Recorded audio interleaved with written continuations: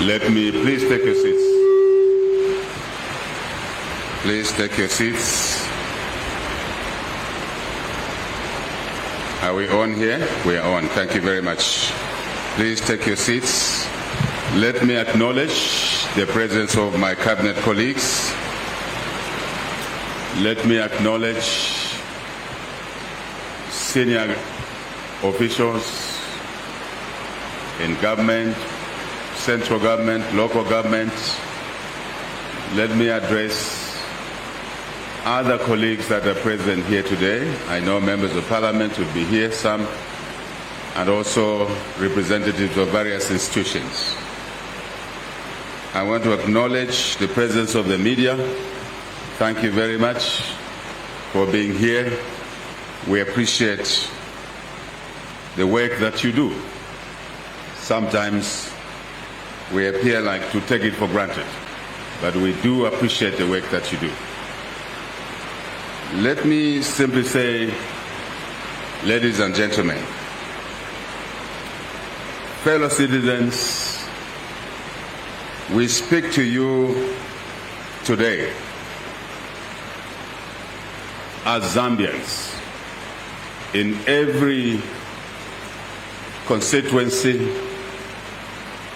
every district, every province, in all our 10 provinces. We address you not because you are UPND members, all alliance members. We address you not because you voted for us. No. We address you because you are citizens of Zambia. All the citizens of Zambia. And invariably, residents, people who live in this country. That's the angle from which we are addressing you today. And we do address you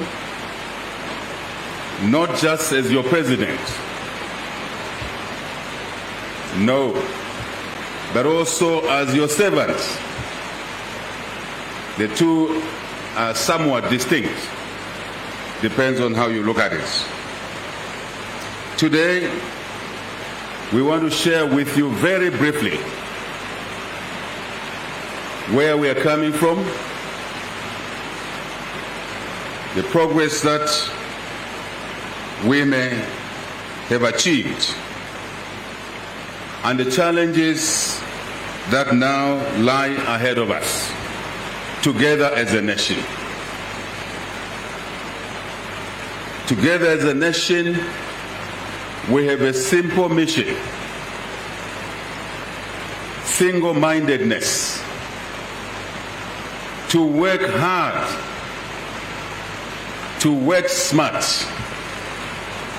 all of us in our respective roles, for one agenda only. One agenda only. To offer opportunities to all our people to better their lives.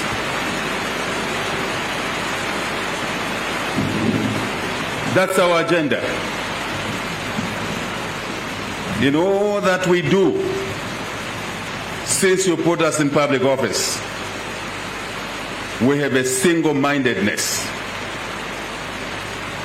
And that's what I've just articulated. To work to better the lives of somebody. To create an opportunity for an additional job. Just one additional job as we work. Because that additional job, employment, will feed directly 8 family members, indirectly more. Put simply, that's the agenda. That's the agenda. Let's walk the long journey. Let's walk the long journey through a short story. Short story. This is a blessing for the rains. We must clap for the rains. God's Graciousness. God is good and all the time. God is graciousness. This is one of the assets He's given us, but many of us take it for granted. Remember, there are countries that are deserts. They see a little bit of rain over many years, but see how blessed we are. We thank God for that. I was saying, a long story told briefly. Not to compare what others did, those before us. No, but to put context, to tell the story in a manner that is easier to decipher. That's a short story. Just some headlines. Just some headlines. When you put us in office in 2021, it was a very difficult situation we were faced with as a country. We may argue who was in office, who did what, but we cannot argue about the facts that we were in a very difficult situation as a country.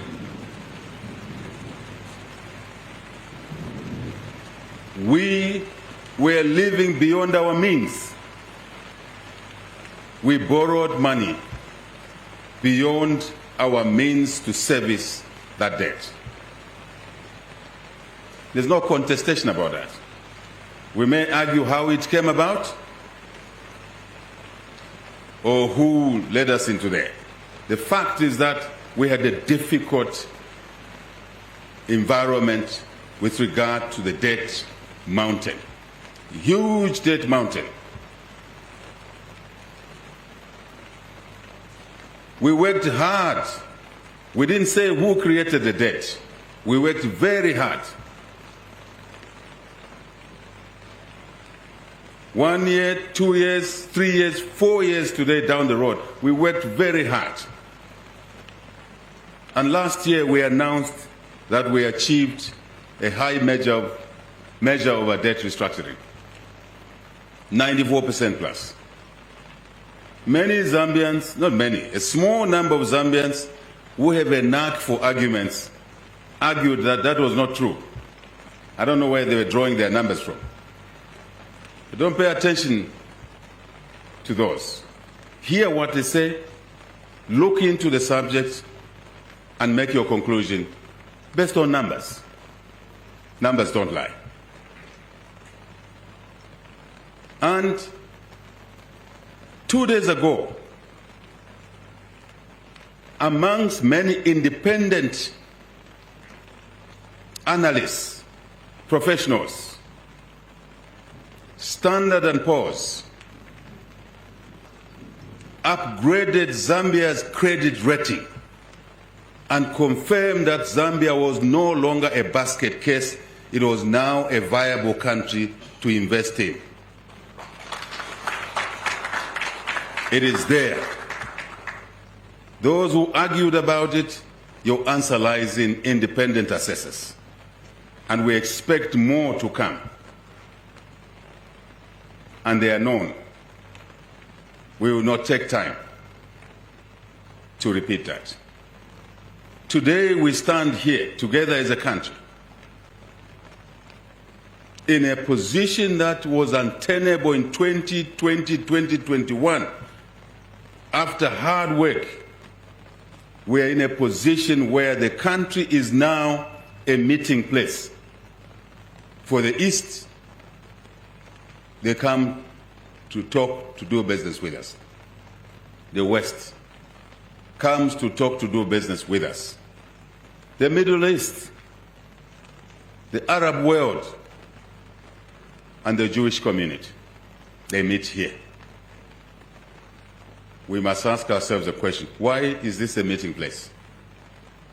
It's the hard work that we undertook to do, having acknowledged the difficulties we had, which we inherited. We did not say, no, they were created by XYZ, so we'll not deal with them. That's why you elected us into office. Today, we are seeing a resurgence in investments. And I want to thank all our cooperating partners, all of them, Americans, Chinese, Europeans, British, Japanese, for coming to the table to help us resolve an intractable problem. Remember, we called it a mission impossible. If there's anything we need to celebrate together as a nation, it is one of them is this one. Together, irrespective of our differences. What you're seeing today, you see it in the mining sector. Where Rwansha was dead, Rwansha is back to life. It's the effects of those efforts. And I must put it clearly that the mines were dead, by and large. Copperbelt Minister says those that were dead, were not dead, were in the ICU, somewhere just by the graveyard, likes of 28 Shaft in Rwansha. Today is back, pumping ahead of schedule, water. Very briefly, Mopani is back. KCM, intricate problems, liquidations, which are unacceptable,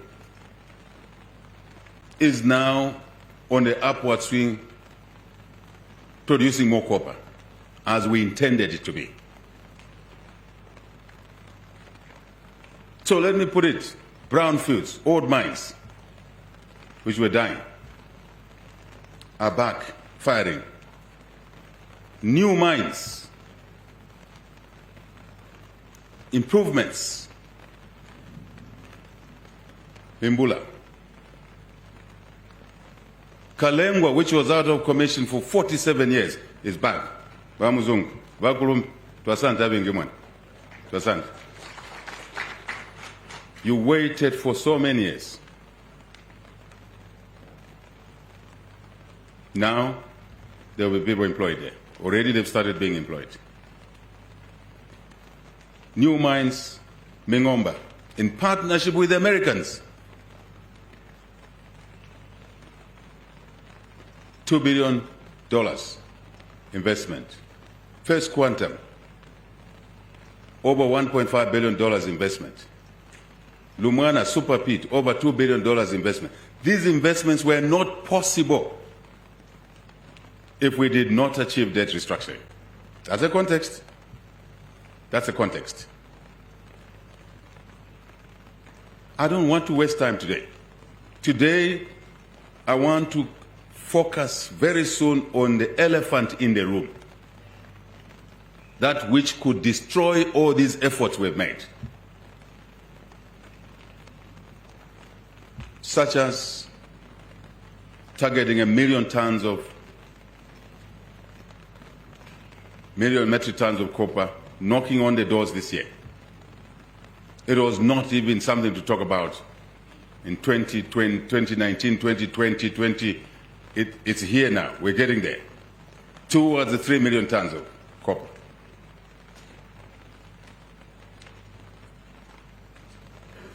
We're now talking about more jobs in the mining sector. Yes, we can do more. But let me thank the people of Zambia. I was thanking our cooperating partners, our multilateral partners, but I want to thank at this stage the people of Zambia for your trust in us, for your belief in us, for your patience. As we walk through the challenges that we inherited.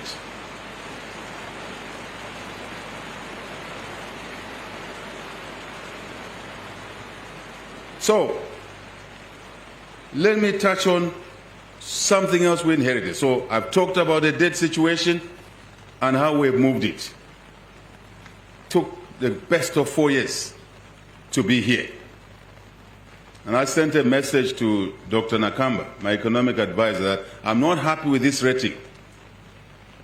God made me to be an ambitious person. Please allow me to be ambitious as part of your team member. And I expect all of us to be ambitious. I said, Pamela, this rating is not good. We need to work harder to get even a higher rating. And we're capable, together with the people of Zambia. So I'm thanking you for the risk you took 2021, the support, the patience in these areas. Then I've talked of the mines, where we were, where we are now, and where we are going. I want us to use our critical minerals, copper, as what oil and gas did to the Middle East. That's the way we should see our critical minerals. That's where we are going. To better the lives of our people using these resources. And before I leave the mines, many governments grappled with how to deepen the benefits from the mining resource endowment for the people of Zambia. Starting from ZCCMIH, our company, we're increasing its shareholding, which had gone low. Give you an example, Mopani was around 20-25%. We've now renegotiated that to be 49% shareholders in Mopani and our partners 51%. As part of our deepening process, many don't see it. We see it. And we take an opportunity like this to share what we are doing to better your lives and that of your children, including the unborn ones. This is a path where walking is not easy. It's difficult. Needs one to have their mind clear, a team that have a shared vision for the country. But the point I want to make, Minister of Mines, is there. Many governments before us could not take the next step, such as what? To legislate so that Zambian companies can have a privileged position to supply in the mining value chain. And after a long battle, to and fro, we have now managed to legislate what we call local content to allow Zambian citizens to have more opportunities in the mining sector. Take it $1 billion procurement value. Means Zambians to start with can be assured of $200 million. Correct my numbers. And graduating up to 400 when we get to 40% and beyond, $400 million. If the ticket is $2 billion, the Zambian component will be $800 million. Deliberately and buying an instrument, legal instrument. This was a scary proposition for many governments before us. It is now in place. My call is for the people of Zambia to become entrepreneurs. And we have asked their minds to do what they are calling supplier development program, to train our people, not to supply air, because the mines must function. If you supply air, the mines will not produce the 3 million tons. So I want to appeal to my fellow citizens. When you are given an opportunity, please supply. Don't get an advance payment and go and buy a Mercedes-Benz. Icona, man. Icona. Supply. Create jobs. I can go on. But in summary, we want your support to see legal mining, 1, 2, safe mining, not polluting our environment, not using mercury to clean the gold, not damaging the forests. 3, formal mining. We want you to earn more money. That's why we are pushing market opportunities to buy off, especially for artisanal miners who are vulnerable. And lastly, let's not create militias in the mining areas.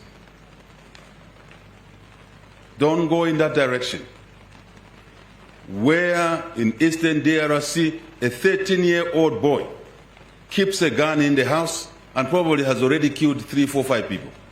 That's what illegal mining areas can breed. We've already seen it in Kikonge, in Mufumbwe, Kasempa and Pika. We call for your support as citizens to structure, to formalize our activities. But we have your back. These minerals are yours. Remember what I've said? We would like to do to our minerals what the Arabs have done to their oil. I hope you understand that contextualization. And we will do it together. So, what else did we inherit? We inherited COVID. Vaccination rate was 5% in 2021. I appointed COVID advisor, Professor Chilenge. And within 6 months, we took the COVID vaccinations to over 70%, even ahead of many European developed countries. So I am saying COVID problem, we addressed it. We worked very hard together. And I want to thank the nurses out there in health centers, those who were gathering in many places, looking after our patients. Lusaka, in the stadium there, was one of the places. Medical staff, those who made beds, all of you, thank you very much for saving lives. When we work together, we get things done. When we start petting around, fighting on non-issues, we lose value.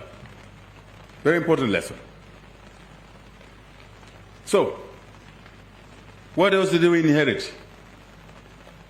Lawlessness, street fights, in the bus stops, in the markets.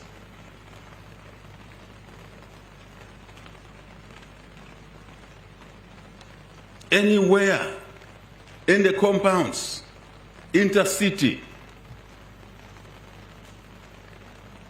If you wore any ready garment, you are an APSA worker, your corporate color is red, you didn't wear your uniform at home and go on a bus. You put it in your handbag. And then when you go, you reach the bank, you went into a toilet and changed. Because if you wore it on the bus, you were lynched. I trust Zambians have long memories. Today you can wear any color you want, green. You should be allowed to wear green.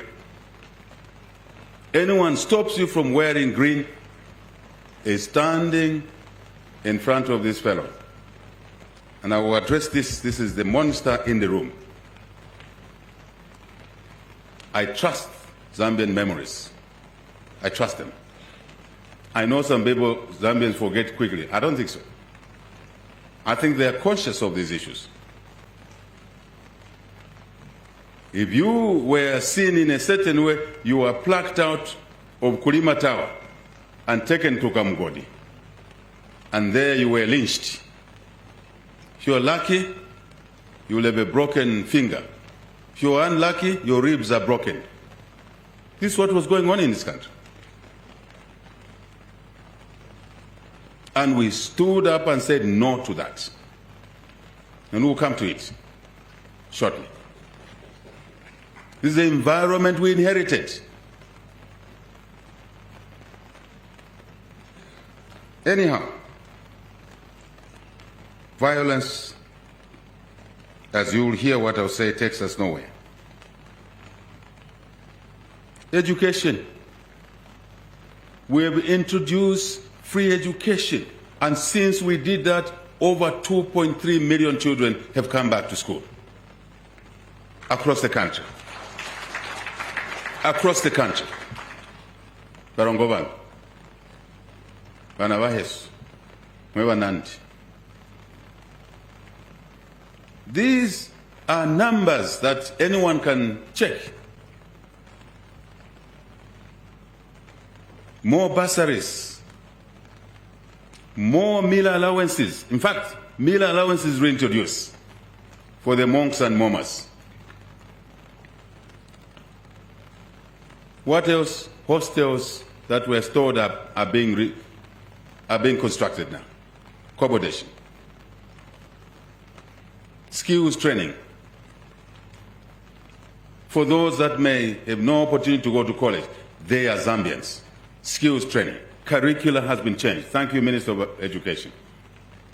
A child who is good in plumbing must be allowed to go into plumbing early and must not be called a failure. These are the reforms. But one thing was missing. You give a child free education, exam time comes, parents have no money to pay for exams, the kid did not write exams. So why did we keep the kid in school through free education? This government says, no, we will take over exam fees as well so that we can complete the story. And that's what we've done. Are we doing enough? No. Can we do more? Yes, yes, we can do more. Very conscious of that.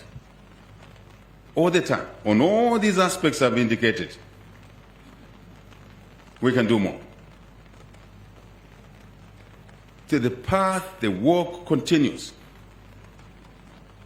We want to rest even more. Employment. It was difficult to get a job in the public sector. But since we came in, we're even advertising for jobs. Nurses, teachers, doctors, military. Collectively, we are nearing 100,000 young people we've employed in 4 years, even with a debt burden, even with the COVID, even with many challenges. You can do your count.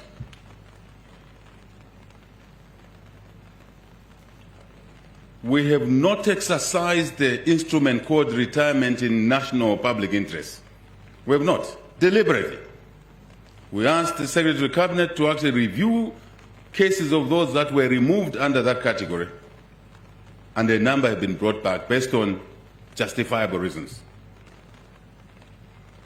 You don't have to be born in a particular province to get a job, contrary to what was obtaining before. I think that's what is injuring some people, because a select group of people had a sense of entitlement. Now we've opened up the employment book to all citizens. When we employ teachers, we make sure that there's a band for every province, a certain number, and the figures are there. I think we must be accommodative as a country and not work on exclusions. We must work on inclusions. Very important. I can smell, I can feel the venom of a small group of people who felt entitled and that others were excluded. Now we're inclusive, and that should not be a problem. That should be celebrated. We have not done a wholesale removal of what was called PF, public sector workers. Even though the PF policy was that they employ only PF members in public jobs. It is in their constitution. It's there. And you can trace that kind of employment pattern to what was in their constitution. For us, the qualification is that you are a Zambian. One Zambia. Mulelandisha, one Zambia. One nation. So when I say one nation, you must answer one people.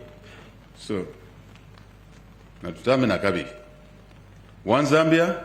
One nation. One nation. One people. This group. One Zambia. One nation. One nation. One people. Truly we're one people.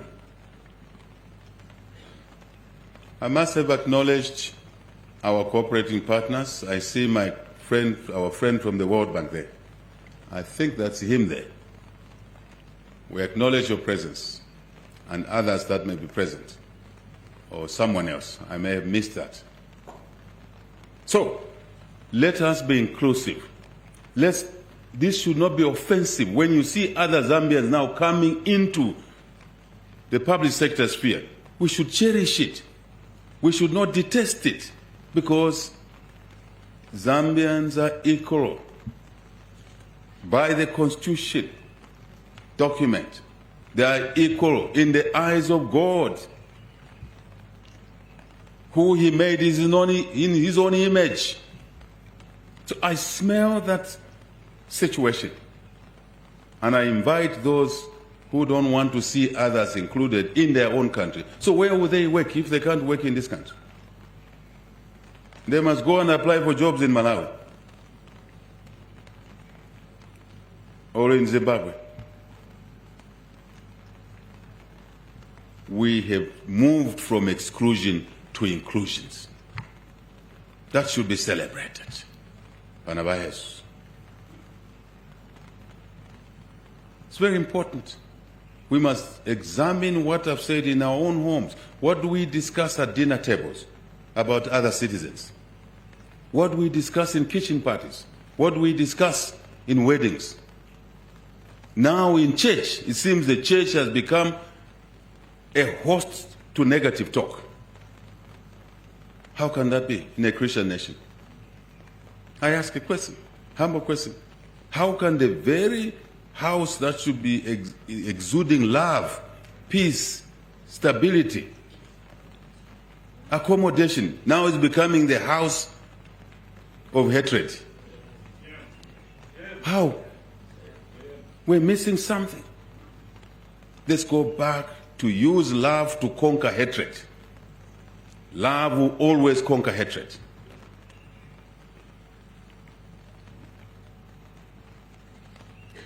Let me indicate here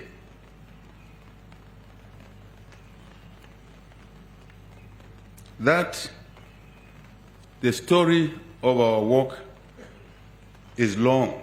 In 4 years is long, is deep, is broad. But all the little things I've indicated here, including CDF, which is availed to all the constituencies at the same time when the disbursements are made, 156 constituencies. In the past, the 1.6 million kwacha per constituency per year was not availed to certain regions of our country. That's a fact. It's there. Now, every constituency in all the 10 provinces gets a disbursement on the same day. On the same day. And see what it has done? Because of free education, my good friends in the opposition said the program is failing because there are too many pupils in school. What a position to be, to have too many pupils. How did we respond? Build more classroom space.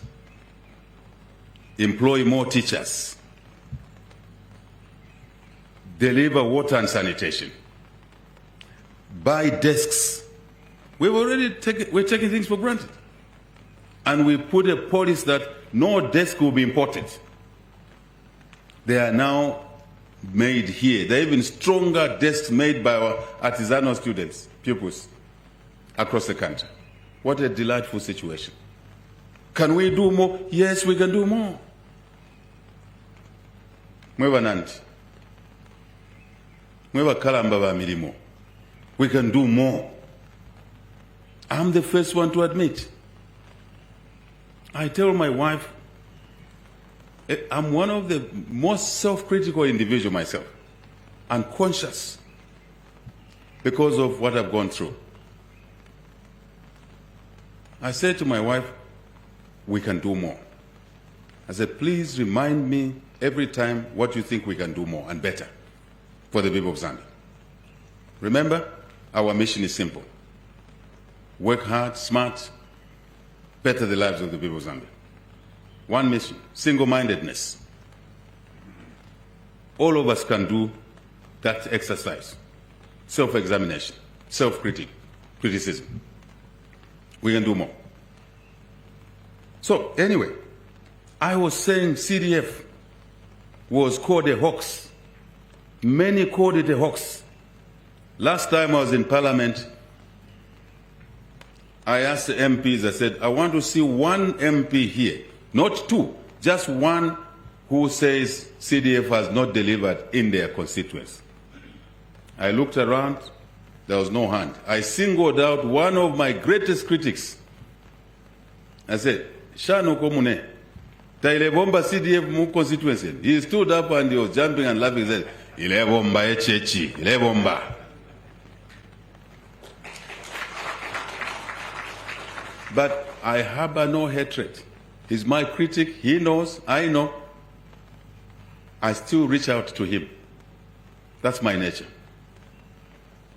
Because they're entitled to a different opinion in a democracy. But we must use numbers to assess our arguments to debate. And no single MP, it's only a few months ago, put up the hand that CDF is not working. But a week later, some MP wrote and said CDF is a hoax. So why not explain how it's a hoax? Let's leave that. It's part of democracy. So let's stay the course, people of Zambia. I talked about the credit rating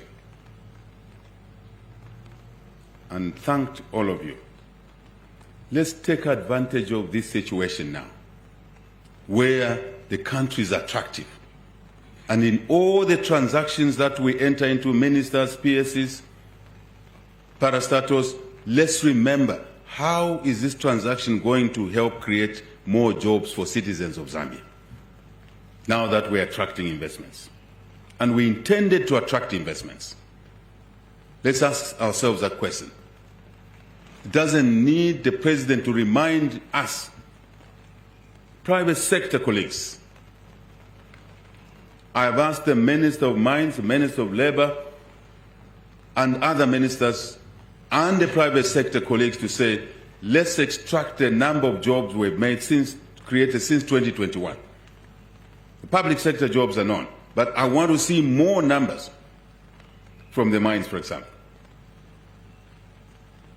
Just to give you an example, Havena Kabuswe, Mopana alone, first we made sure that no worker is declared redundant in the transactions.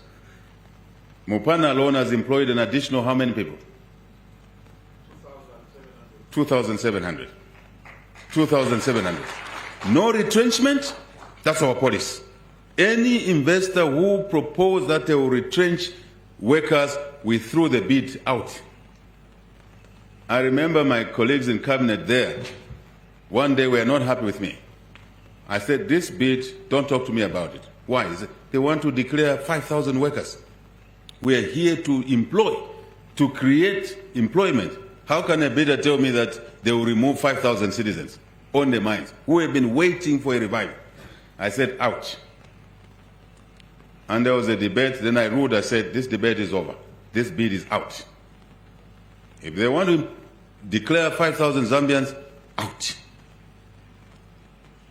And an investor came, no redundancies, but additional 2,000. Only 2,000 for now, and more will be employed. That's what we're doing for the people, even those who are unaware. That 2,000 jobs means multiplied by family of 8, multiplied by a factor of another 10 for extended family. You know, in Africa we have what we call black tax. You pay more tax than what ZRI asks you to pay, because you pay tax to relatives. But why have we introduced free education? It's to reduce the black tax so that that tax is taken over by the government through free education, exam fees, secondary school, boarding school. I am walking a short distance of a long journey, fellow citizens. So I was talking about us maximizing on this credit rating, on the hard work of debt restructuring. Time is now to look into growing the economy faster. As we have seen, there was a complaint about the kwacha is stabilizing. That complaint is not there. Zambian businesses take advantage of that. Import equipment for production. Import equipment because it's now competitive for you. And then you pay less in kwacha because the kwacha has appreciated. But don't import VXs. Mwebanandi. Import a milling plant. Import a solar panel that will give you, first, more income, and secondly, you employ people. I want to ask Zambians, this culture of eating now, let's alter that with a culture of investment, mentality of investment. Very serious issue that I'm facing. We are facing. Give me help, I want to eat now. No, I want to give you a layer, a female chicken, so it will give you chicks. If I use cattle, you say, kajema, nkoko. Instead of buying a cock and you cook it today, buy a female bird, chicken, and a cock. Then you will have eggs, you will have chicks, you will multiply. I want the culture of that to come through. We inherited a culture of consumption.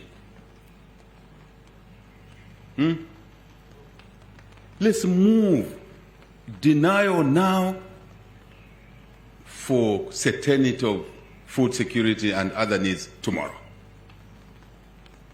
Delomba, Vena Zambia. Delomba.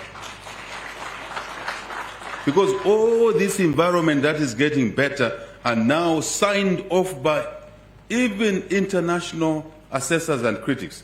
Very strange environment that the international community is seeing huge opportunities in this country. Fellow citizens are seeing other things. They are talking about ulubuli. Emanga matampo kulwa. Bambi. They will send her. Mashalafi. Ilafi. Mwaikala tondo. I am preaching about attitude change, mindset. Take the advantage that the hard work, your own hard work is produced. Ask more for investment support. Even at a small level, even at a small scale mine. How many small scale mining licenses have we given out? 1,600 to only Zambian citizens. This is only the beginning. And you are entitled to those things. These are your assets. They are not assets for anybody. When you don't have money, don't sell the license at food fair in town there. There's a place they call food fair. You give a license to a Zambian small-scale guy now, puts in a briefcase, they're eating lunch at food fair and selling the license. Find a partner. We've asked the Minister of Mines now to help you find partners to invest so that tomorrow you can be a miner. You sell the license for $50,000. If you're patient, just patient a little bit, you will make that $50,000 in a month's sales. So 12 months, 10 months, you'll be a bit more. So some of the quarrels we're having are based on a culture of the past, conflicting with what this government, your government, wants the new culture to be. That's what I see. And transition, yes, takes time, but we can do it together.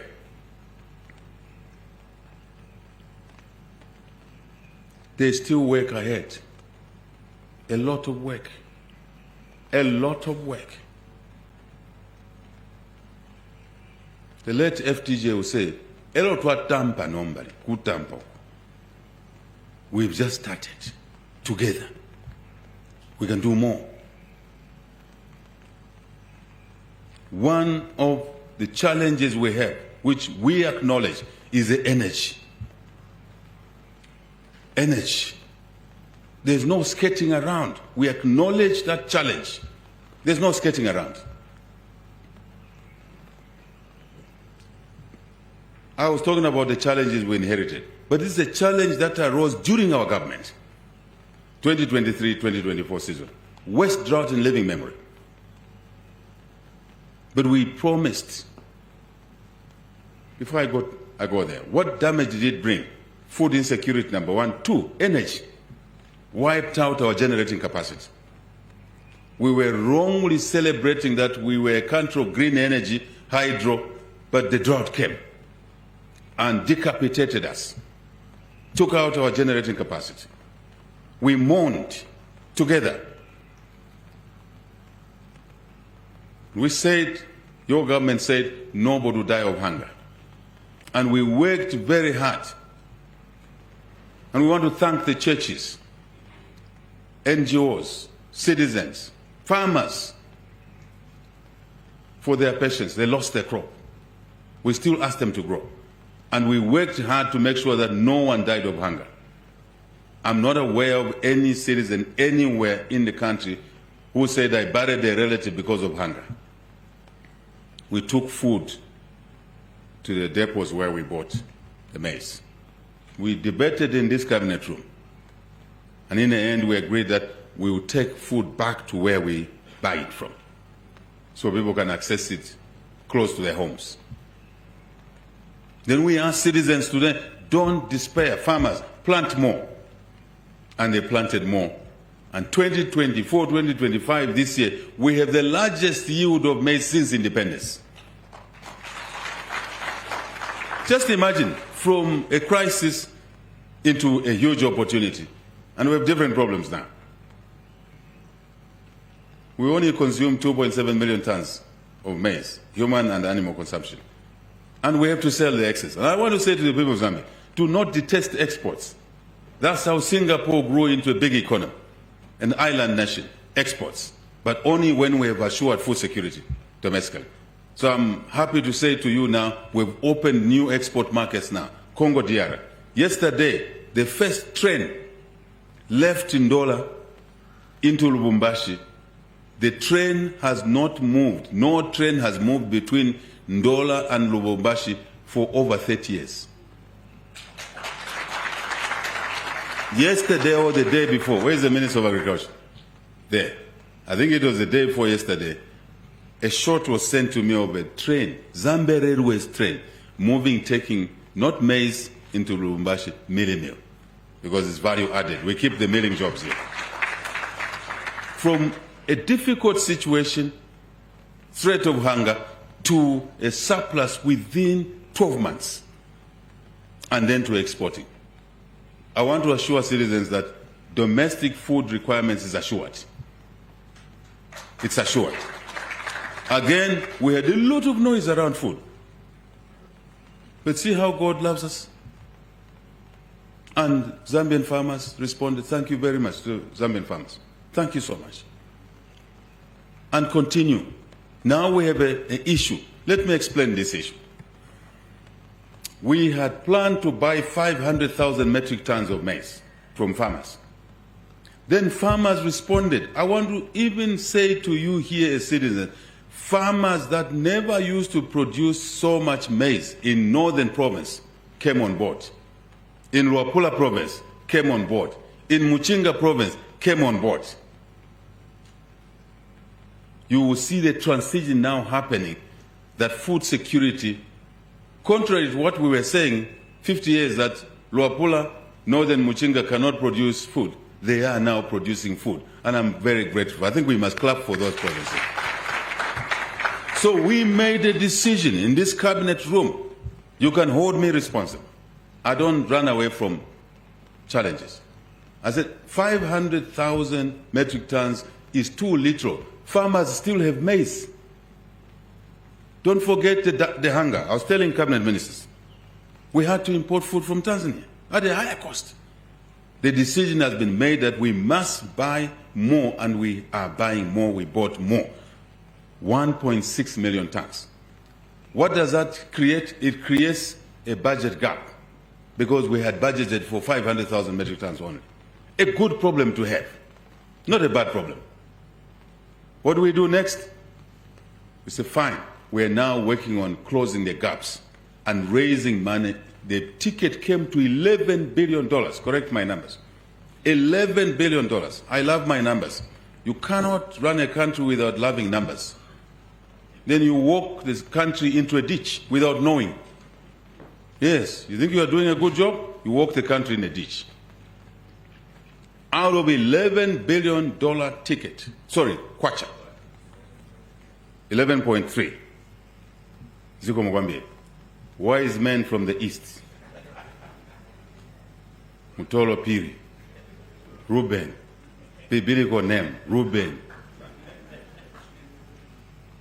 So now we are putting money together. I think we are well close to $7 billion. $7 billion. And we want to thank the banks who we called here to work with us. And every farmer will be paid. But the fertilizer is already out there. Seed is already out there. Didn't wait for the issue we're talking about. I think we are better to buy the crop from the farmers who we encourage to grow so that they are not left vulnerable to hawkers who are paying them a lower price. So buy everything from them so it doesn't rot in their hands, to pay them a fair price. That's what we've done. That's what we've done. And I asked the farmers, thank them for their patience, ask them to say they will be paid. I put my neck on the chopping board.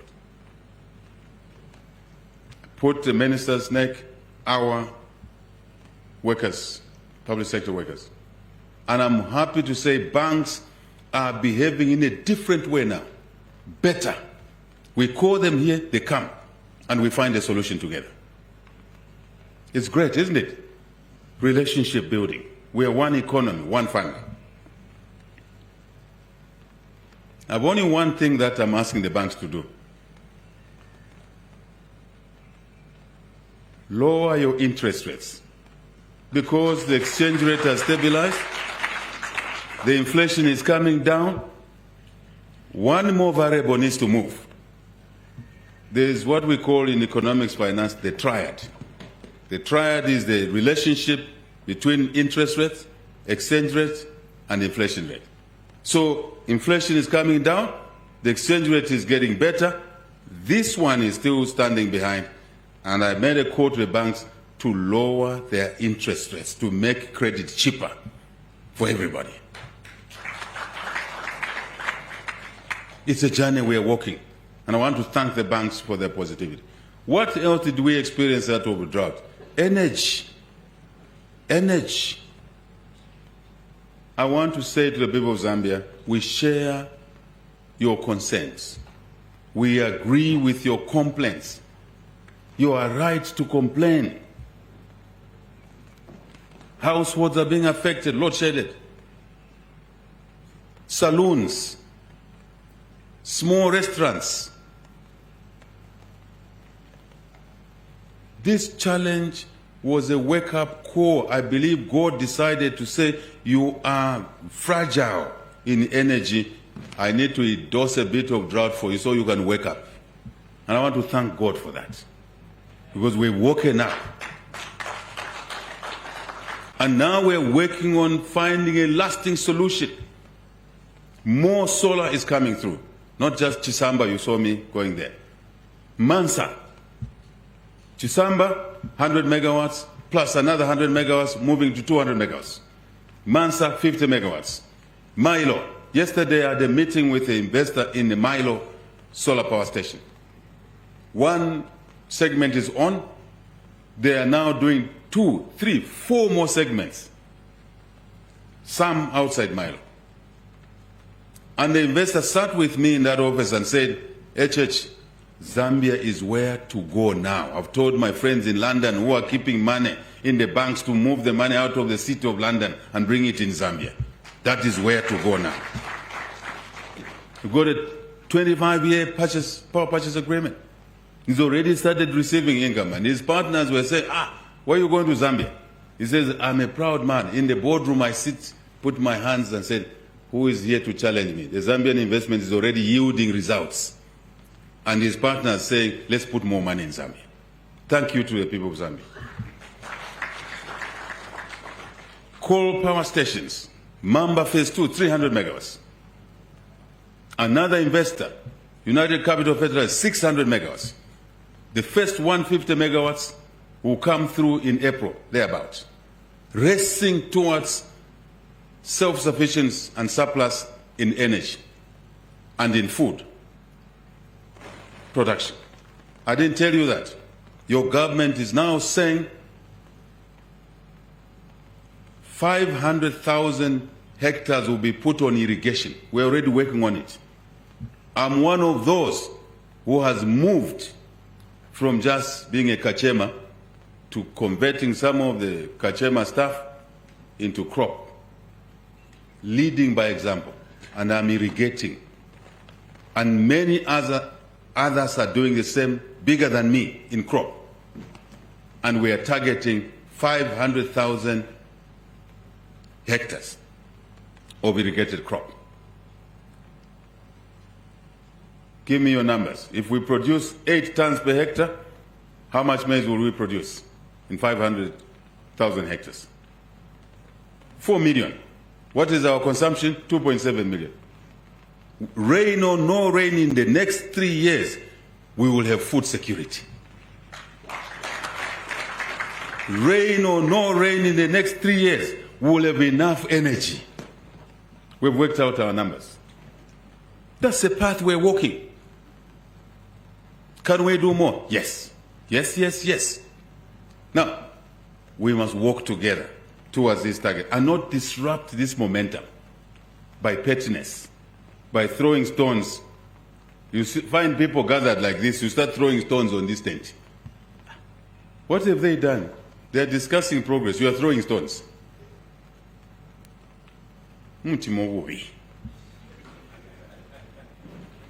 Come in the tent.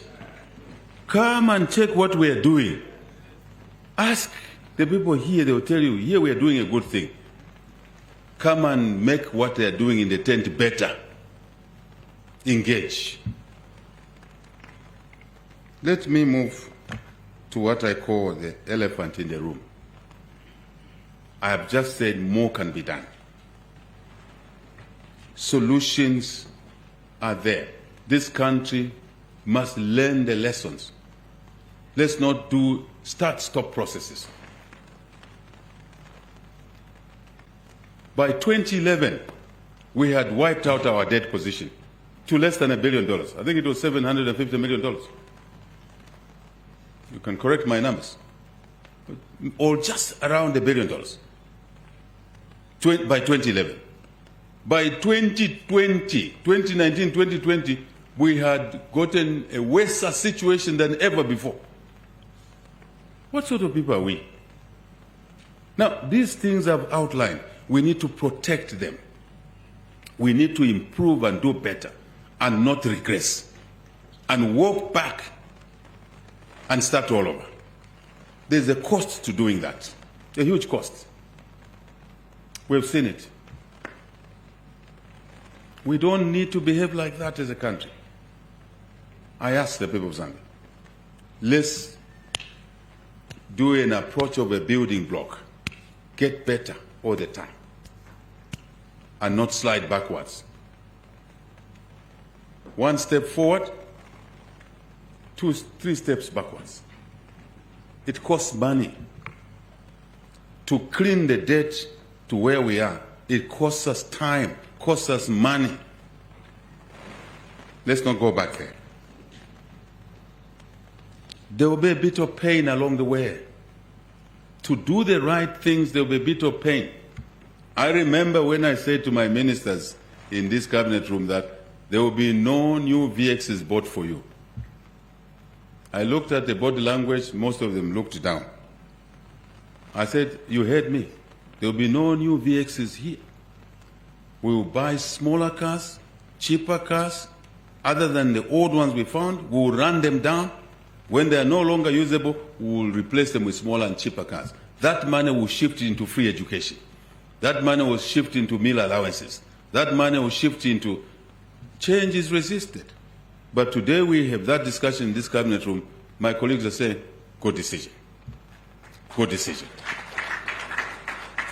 Remember, we reintroduced free education before we achieved debt restructuring. How did we do it? Savings, prudence, cutting wastage, travel. Big delegations used to go to UN meetings. Big delegations, 100+ people. Small delegations now, stay shorter. When I go out, first I've cut my travel, you've seen that. After putting parameters together, I've cut my travel. And I've encouraged my team to cut their travels as well. And I send a message to all public sector workers, even parastatals. That money you're using to travel belongs to a student who needs a desk to sit on. My priority is to buy a desk than to fund perpetual travel. I go to Tanzania, Dodoma, early in the morning, I wake up 03, I'm in Dodoma, 9 hours, 20 hours I'm back in Lusaka, same day. And I know some of my delegation members complain. I know why they're complaining. I know. They were used to 5 night allowances. I corner. You want to work with this guy? Nothing of that sort. Nothing of that sort. I'm thinking of a desk for a child. I'm thinking of a scholarship, a meal allowance for a student. And that's what this country... Now, this is being resisted by a small number of people. I can see it. I can feel it. Especially those who were used to those things. I don't mean my team members. Those who were there, who used to travel. A day's job took 1 week, 10 days. If you follow what I've done now, this is the second year I've not gone to a UN General Assembly. And I made it very clear that I'm saving money.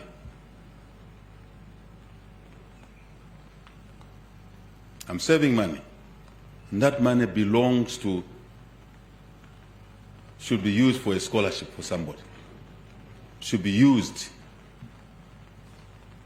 to buy more cement for student hostels. Beautiful, isn't it? But I can see some people are resisting that. Especially those who were in that situation. They are looking forward to return so that they can continue the consumption habits and build another debt mountain. I corner. Let's reflect on our own. So this process can be painful. I acknowledge and I apologize. But it's a necessary process to build a country that will be stronger.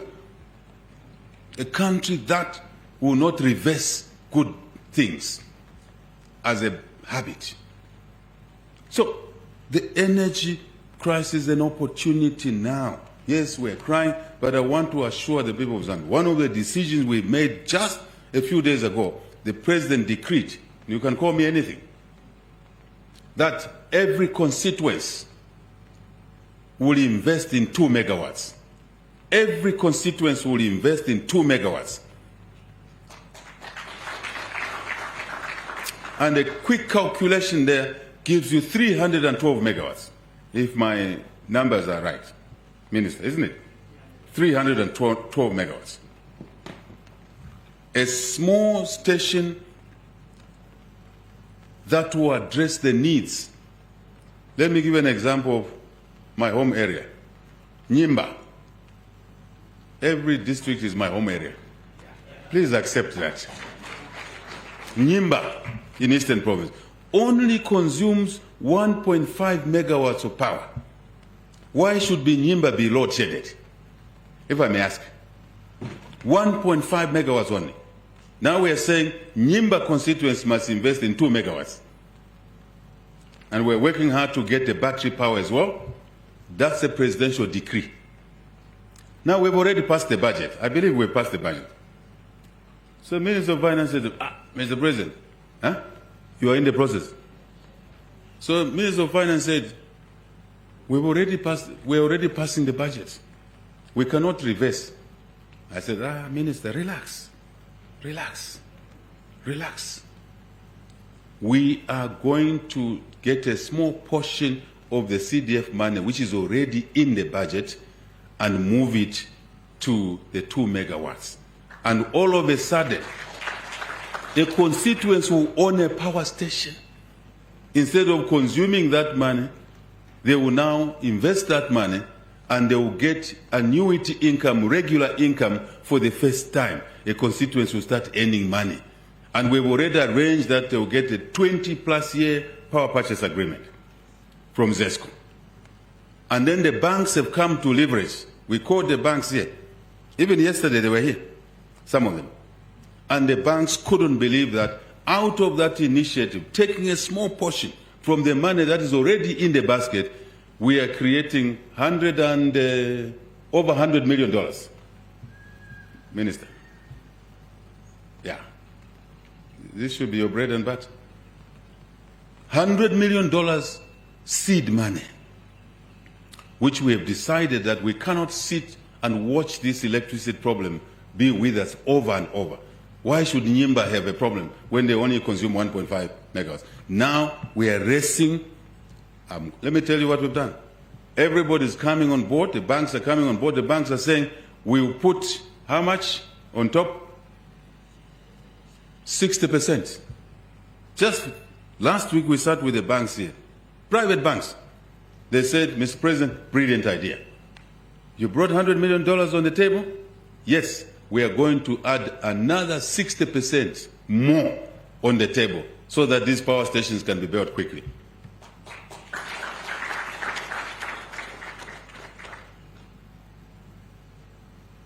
Opportunity. Problem leading to an opportunity. It's how your mind works. And we now happily working quickly to solve this problem so that we can bring procurement quickly, and all that is needed. Procurements under the emergency and the disaster. Tomorrow someone will start throwing stones about how did you do your procurement?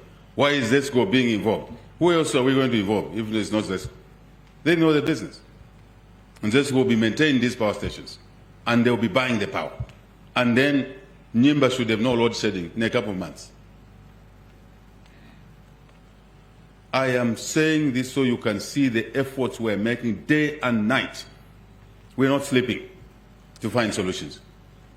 We also know that if we work smarter, there's actually money inside this economy, like we've raised $100 million. But other programs will continue, they will not be affected. Critical programs. That's what we're doing. So let me move to something that is extremely important. Rule of law.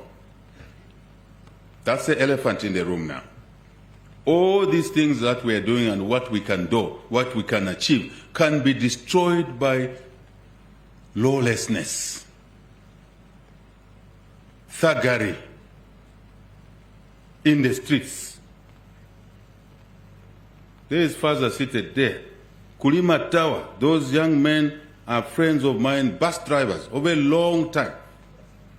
They could not operate without their money being taken away by party thugs. Grabbed every day. There was a tax they paid to the party cadres of the time. And now we've freed them. He's there. They operate freely there. I talked about Kamugod area. I talked about intercity there. There was America 1 there, America 2. And they were kings, driving flash cars. You didn't pay a fee there, you got beaten. You were thrown out of intercity. You jumped on a bus from Winilunga, they time you, you drop there, you are lynched at intercity there. Today, people move from one location to another freely. If we do not control this menace, all these positives will be wiped out. Investments will stop coming here. Even us, locals, you the locals, how will you invest? You are doing something, you are building a chicken run, party thugs come and take over your chicken run. They take over your land. Remember, they used to cut plots. Just come, take your plot. And citizens were helpless. They were roaming, wearing military fatigue, carrying guns. It was normal. Along the way, people were attacked. Some were killed. We have not forgotten Lawrence Banda, shot dead in Kaoma by a party thug in the forehead at 10 hours in the morning. Kaoma there. In the name of a party thug operating above the law. Lawrence Banda was gunned down. We go to bury Lawrence Banda. We were lynched. Lynched. The whole of a guy like me, we were lynched there just to go and bury him. Clan Zulu. We are burying Clan Zulu there in Lepers Hill Cemetery. And the thugs of that time came and beat the hell out of everybody who was there. One of my assistants was there. He was left for the dead then. And we are touting to go back to those days. No. Joseph Kaunda, I'm called to the police for a property I owned for 20-something years, which I bought with all the documents. And I was accused of having stolen a farm. Please, I'm not a thief. You can call me many things. I'm not a thief. And Joseph Kaunda was gunned down by the Central Police Cabinet Office there. 9 hours. Gunned down. And we are now touting, returning to those days. That is not correct. A nation must not operate like that. When we won, I don't want to talk much about this issue. Me, I was a victim every week. Every time I stepped out of my house, I told my wife, I may not return. Take care of the children. That's what it was. I go to Ndola Sun FM. I had to go through the roof. I go to Moba. I was to be shot dead. I go to Chingola. The bullet grazed the door handle where I was sitting. I told my driver, turn now. I saw the guy aiming at us. Just God's way. Driver turned a little bit, took the door handle where I was sitting. That car is still at home there. Still at home. In the name of party thugs, cadres, in the name of the party, they were above the law. In opposition. I go to Chingola, Chwempala, people are throwing stones, attacking a sitting head of state, the same guy they were attacking in opposition. That day, I had to shout. I saw one policeman raising a gun to shoot at a guy who was throwing stones at me. I shouted, "Balekenabaiche." You follow the videos. You hear my shout. If I did not shout, there could have been 30 body bags there. There could have been dead people there. Other presidents would have basically allowed people to have been killed there. Because you try and do that to a head of state, you are killed. You are shot to be killed, not to be injured. I said, no, I will not have blood on my hands. As I stopped the UPND members to revenge, to attack those who were beating them, those who were killing them, I said, do not do it. Chiwempala said, no. I shouted, I said to the policeman, no one shoots here. No one. But you've seen other countries, how many people are being shot at? I said, no. That is the way the country must be.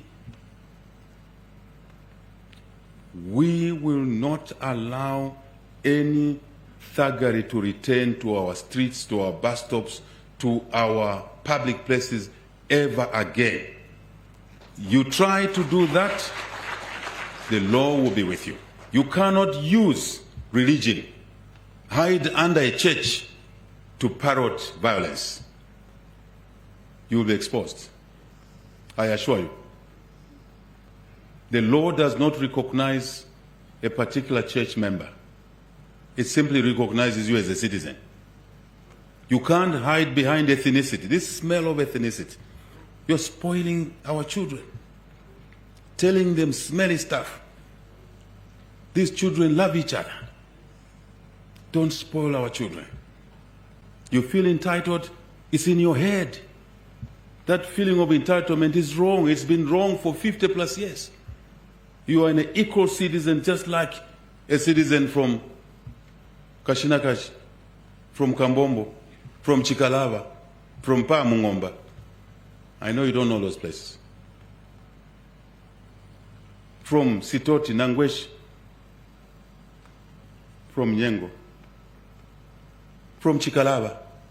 Same citizens. Do not spoil our children. We love our children.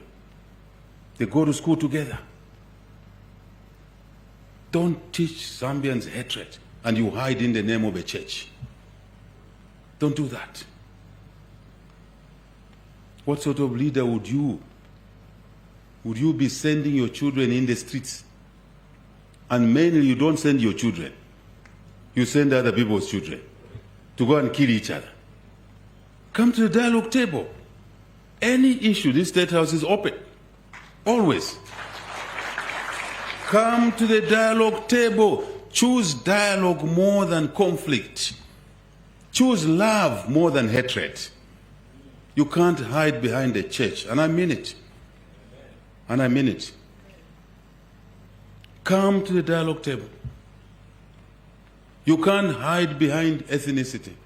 You can't hide behind regionalism, promote violence. You can't hide behind a political party. You PND members, I'm your president. I'm the one who restricted you from beating people on the 16th of August 2021 when we were declared winners. I know you would have done it. I know you know who was attacking you in the compounds. But I told you, do not do it. I don't want to have blood on my hands. I asked you then not to do it. I'm asking you now not to do it.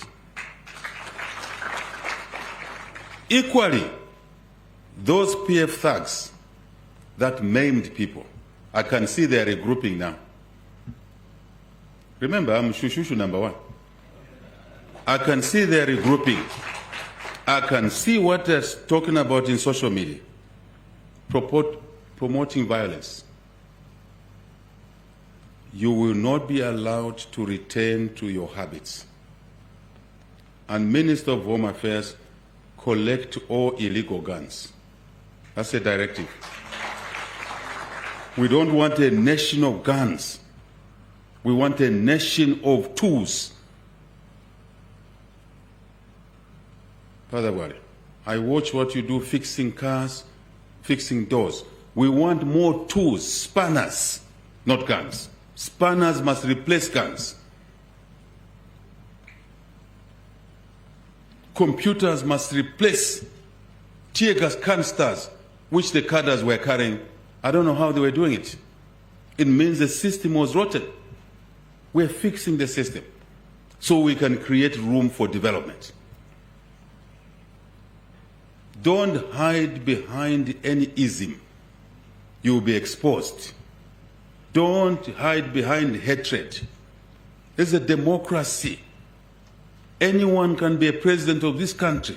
A Namwanga, a Mambwe, a Lungu, a Nyika, a Nkoya. Anyone can be president. I see some citizens get so unsettled if someone else is head of state. It becomes a daily bread to create trouble. Why?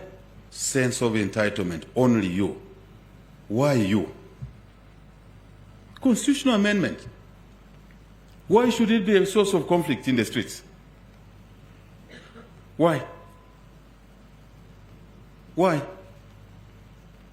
30 plus civil society members came to say, Mr. President, we need to be heard. Can you store Bill 7? We need to be heard. They came here. And we spoke, we dialogued. I said, I think they have a point. And we stored it. Technical committee was put in place. It went around the whole country using technology as well. Everybody was submitting there. Everybody. Even those who do not agree, those who agree. People brought in new ideas. We listened to the civil society. Here. You could have gone there to submit 100 pages of disagreement. Why didn't you do that? They are in court. They are in court right now. There's a court process going on. So there's a platform of the technical committee. There's court, which is always open. You are aggrieved, go to court. I think that's a civilized way of dealing with each other. Go to court. Do not invite people's children to go and start toy in the streets and take tomatoes from a hawker who lives by selling those tomatoes, feeds their children. In the process, tomatoes will be grabbed. In the process, they will burn something. We know it in this country. We know it. In the process, a fight will ensue. Then you blame HH, who was not there. This guy is always blamed. I appreciate that. The head of state, you must be blamed. But equally, the head of state must call out things that are wrong. Now, imagine, on a day you want to toy, you want friction, you want street fights, which we stopped because the dialogue table is open. Imagine another group goes in the streets and they meet in the streets. What do you think will happen? There will be a clash there, and the investors will say, no, I can't go to Zambia. I can't go to Zambia because there's no safety there. These are the issues we're faced with now. There will be trouble there. My investment may be put on fire. That is the risk we run. So why choose that window when you have a window to go to present at the technical committee? You have a window to come, first to go to court, which you have done already, you've gone to court. You only want a potential for a fight. Kulichani mukati moja. What is the motivation? Why you want to come and break that door there? Instead of breaking the door, me have said, come inside. Let's sit and talk there. Come inside. Select a team. As the civil society did, they selected a team and they came, we sat. And I was listening. I told my team, I think there's a point there. There's a good point there. Let's do it. And we've done it. So why do you want to shout outside? Because shouting, you can't hear what each one is saying. How will we reason by shouting at each other? Come inside. So I've invited colleagues. Ngenani Mukati, this is your state house. Me, I'm just working from here. But this is your state house. It's in Tulanshanya Mumine Mukati. And they've been coming here. I have letters where they've written me, the same organization, to say we need a constitutional amendment. They've been writing to me. And I have the letters. I've asked my team to pile all the letters. Same people. The question is that, why aggression now? When the door is open, it means there's a hidden agenda.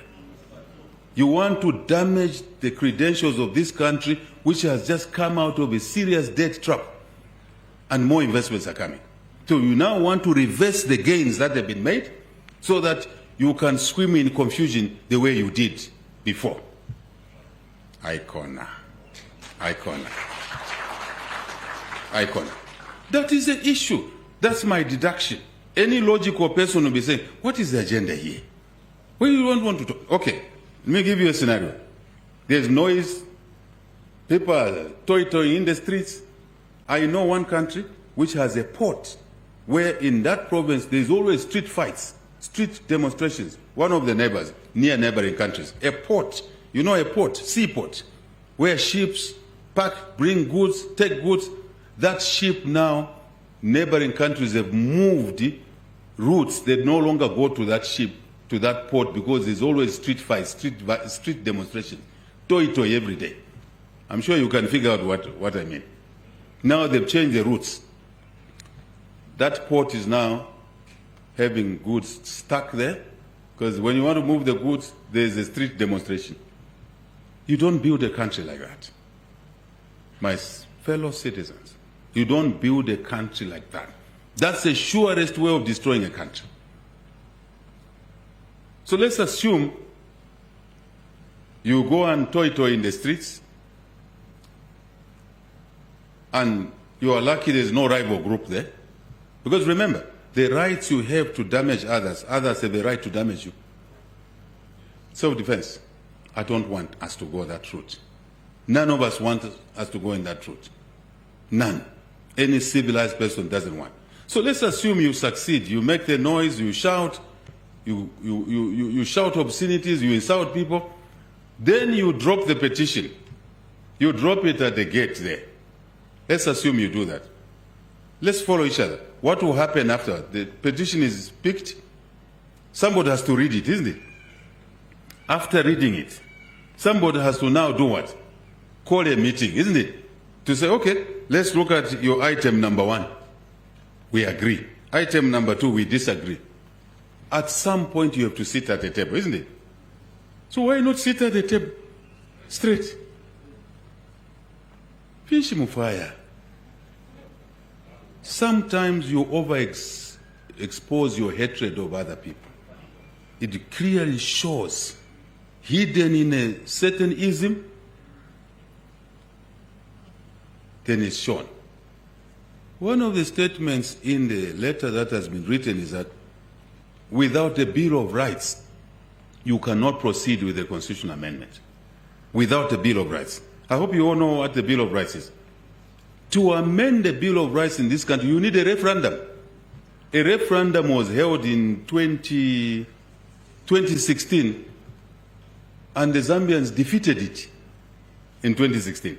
People have short memories, and when anger overrides them, they don't even read. They just push the agenda. So, we must have the Bill of Rights. Now, the Bill of Rights, tell me when a Bill of Rights was amended in this country. Lawyers are here. A long time ago. We've been doing amendments. Then they're saying, no, we are not allowing HH and UPND to amend the Constitution. The question is why? Because there are lacunas in there. Is it the first government to amend the Constitution? No. Who else amended the Constitution? In this manner, UNIP government. UNIP government. Muzungu is here. Bakurumpe. He was there. Institutional memory. UNIP amended the Constitution. The argument is that why you amend the Constitution now? So when is the right time? What does the Constitution say? It's silent. UNIP amended the Constitution in 1991. Limbina Mulaba. In the election year. 1991, in the election year. People celebrated. 1996, MMD under President Chiluba, Aka Red Naka Black. May his soul rest in peace. Right? Yes, that man did a lot of things to turn the country from a wrong direction, in my view. I don't want to debate this. May his soul rest in peace. We don't appreciate a lot of things he did to move us downhill into a positive trajectory. 1996, the MMD and the FDJ amended the Constitution in the election year. There was no problem. No street fights. Same organizations didn't go in the streets. And the constitution is being amended. No street fights. 2016, under PF, the constitution was amended. Right? Election year. In January, the election was in August. They amended the constitution. No one went in the streets. We were aggrieved as UPND. And I told my members, no one goes in the streets. Let's vote in parliament. We voted and lost in parliament. I never allowed our members to go in the streets. UPND, this man they don't like, for whatever reason. Shishibe nemulanda, Finshi nachita. Right? Shishibe. You know, this level of hatred is shocking. Right? You can see that there's venom here. You can even touch it. There's venom here. We go to amend the constitution using the same law, using the same constitution, which was applied, clauses which were used before. Says no. We don't want. The timing is wrong. But what about those other timings when it was amended? What was right? Why didn't you go in the streets? Ask yourselves a question. So you want to start conflict over nothing.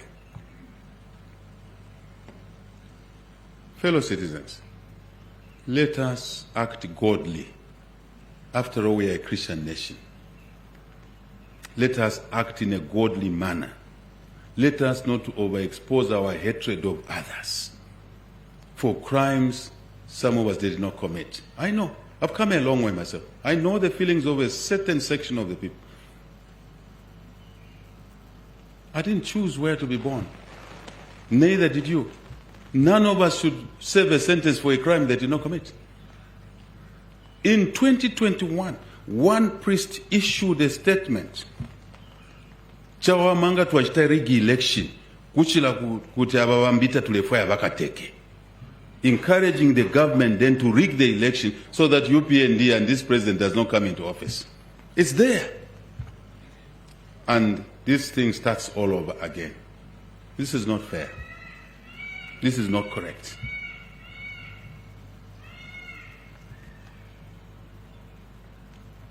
Evidential information is there. Chiriabushiku. Lupato. Fish. It's a lot of work we can achieve together. A lot of value we can achieve together. One Zambia. One nation. One nation. One people. This is the elephant in the room. We will not allow violence to return to our streets, our markets, our bus stops. No, no, no, never.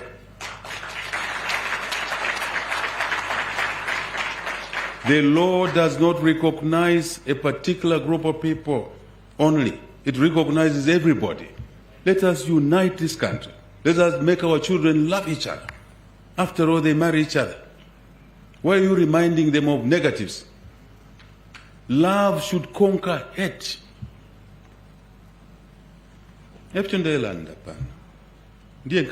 Love must conquer hate.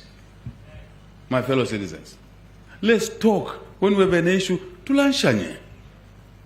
Tikambisana. We'll be okay.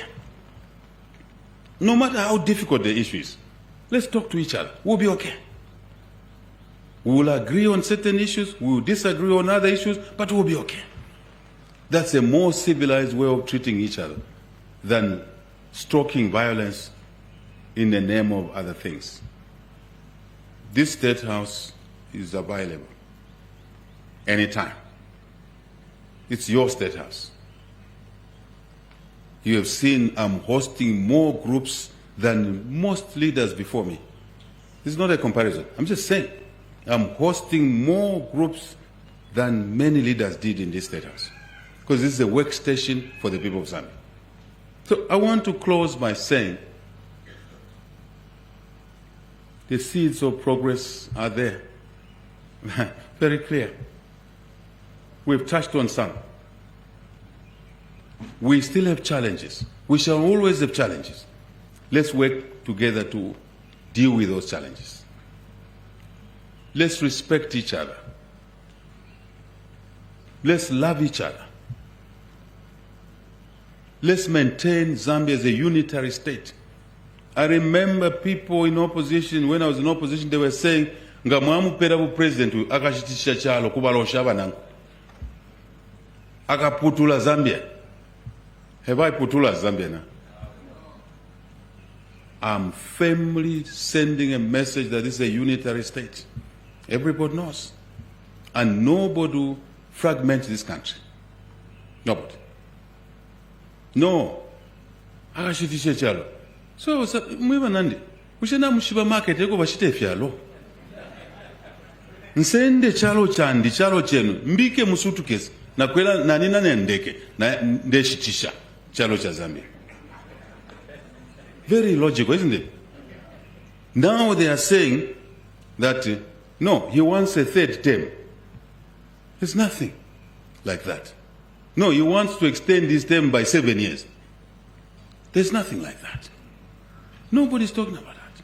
No, he wants to remove 50% plus 1. There's nothing like that. No, he wants to drop a running mate clause. There's nothing like that. So now, when there's nothing which they were cheating people, what do they resort to? Street fights. You will not be allowed to damage property. You will not be allowed to cause deaths. Personally, I could have encouraged UPND members to go in the streets in 2015. We thought we won the election. I said nobody goes in the streets. In 2016, I said nobody goes in the streets. What did we do? We went to court. And our matter was not heard. But even then I said to my members, nobody goes in the streets. That's a principle. It's established. It's a character. Why should others now use the streets as a way of resolving issues? What if you find people in the streets who are stronger than you? Think for a moment. You go in the streets, you find others with a contrary opinion, isn't it? Since you believe the street is the solution, a place for solution, then you find a group that is stronger than you. What do you think will happen?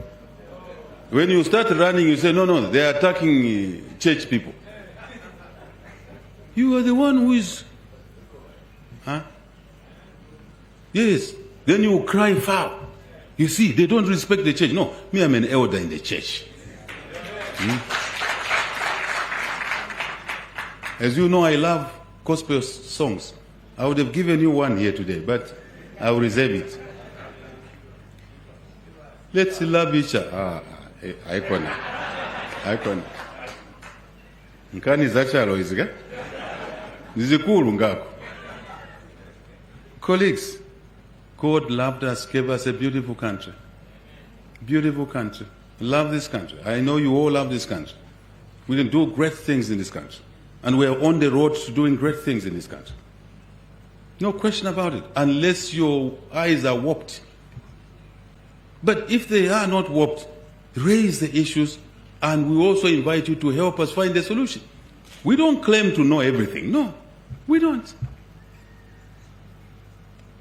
Collectively, we're a great nation. We're a great nation. Remember what I said. You want street fights?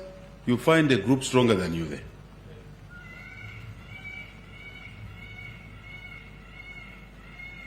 Finshi, Fiabipa. Let's not tempt young people.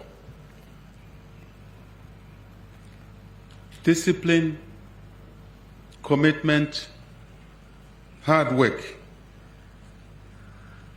We shall continue working and overcome our problems, including the electricity problem. We shall overcome. We will be a better nation. A nation of opportunity for all, not for some, for all. A nation of opportunity for all, not some.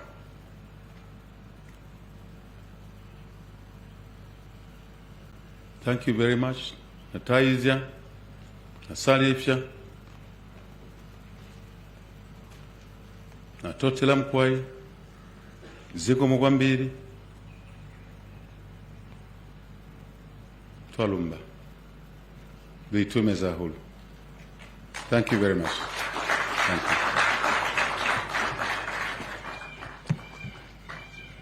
Thank you very much, Your Excellency. With your permission and guidance, Your Excellency, we may take some questions Yes, from members please, we of may the take press. your seats. So we'll take 3 questions from members of the press. Remember, when you come up here, tell us who you are, which media house you represent, and I would like to re-emphasize that you ask your questions or point of clarifications in line with what the President has presented here. Just restrict yourself to the things the President has said. Yeah, members of the press, may I see your hands? Yes. Okay, Paul.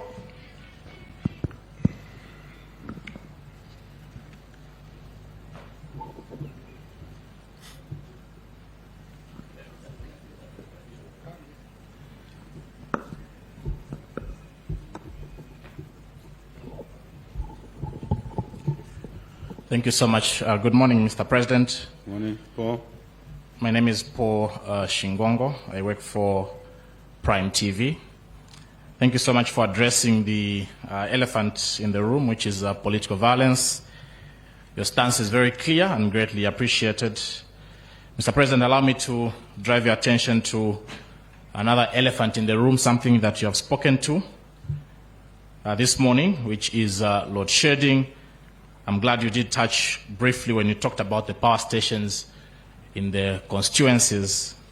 I would like to find out, Mr. President, the key interventions that the government is putting in place to address the energy crisis. And knowing too well, Mr. President, that there's only 9 months remaining before we get to the pause, I would like you to speak clearly also on the timelines, how soon some of these interventions are able to yield results. Thank you, Mr. President. I take another 2. Maybe Oswald and Mukwima, you can follow each other so that then.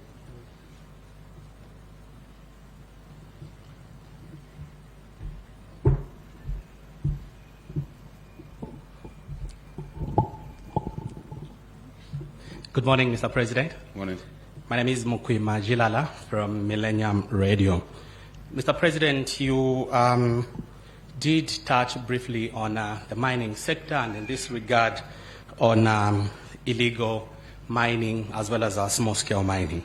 But my question is, or rather I would love to bring to your attention the discovery of new minerals as well as old ones has come with great excitement from your people, the Zambian people out there. But many may feel that it may also be a time bomb if not properly handled. There are reports that the government plans to deploy military personnel to areas that are notorious in as far as illegal mining is concerned. But many feel that this is an empowerment to the youth. If true, I would want to find out from you what the justification is in as far as deploying military personnel. If not, what is your government's blueprint in as far as addressing the issue of illegal mining, which is scaling into some form of lawlessness? I thank you. Your Excellency, you may. This one before. Good afternoon, Your Excellency. My name is Oswald Kafwanka from Prime TV.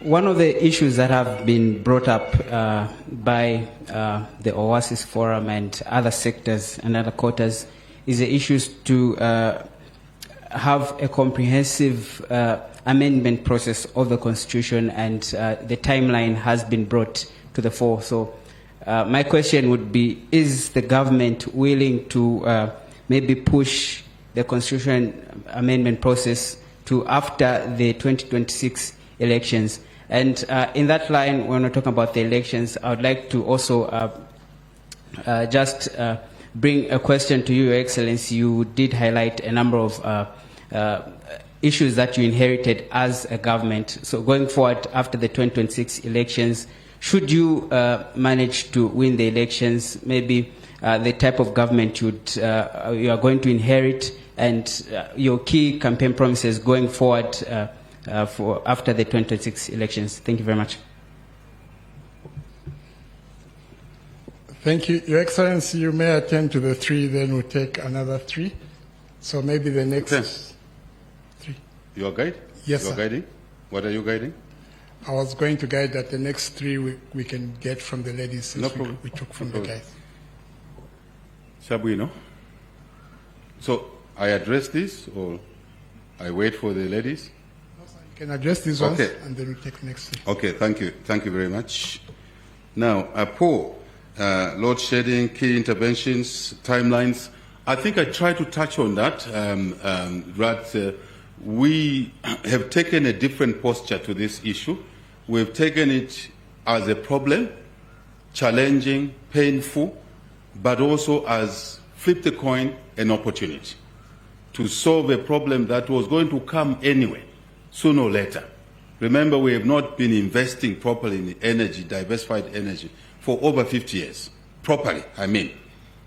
If you talk of installed capacity of 3,600 megawatts, when the population was 10 million, that was our situation, almost. Almost. Understand my usage of words.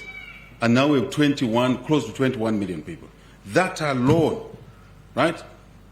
If you say this is where we are with electricity, and the drought came, we lost generating capacity. Check my hands. We lost generating capacity. So what has also compounded it, Paul, is that the economy is growing. When we target 3 million tons of copper, it means more consumption of energy. So the gap is growing. Even without the load shedding, without the drought, let's assume we were there was no drought, the gap would have started opening up because of the growth in the economy. So the very solution we want to grow the economy, to create jobs, is causing a problem in terms of supply. So we have to work aggressively for new generation.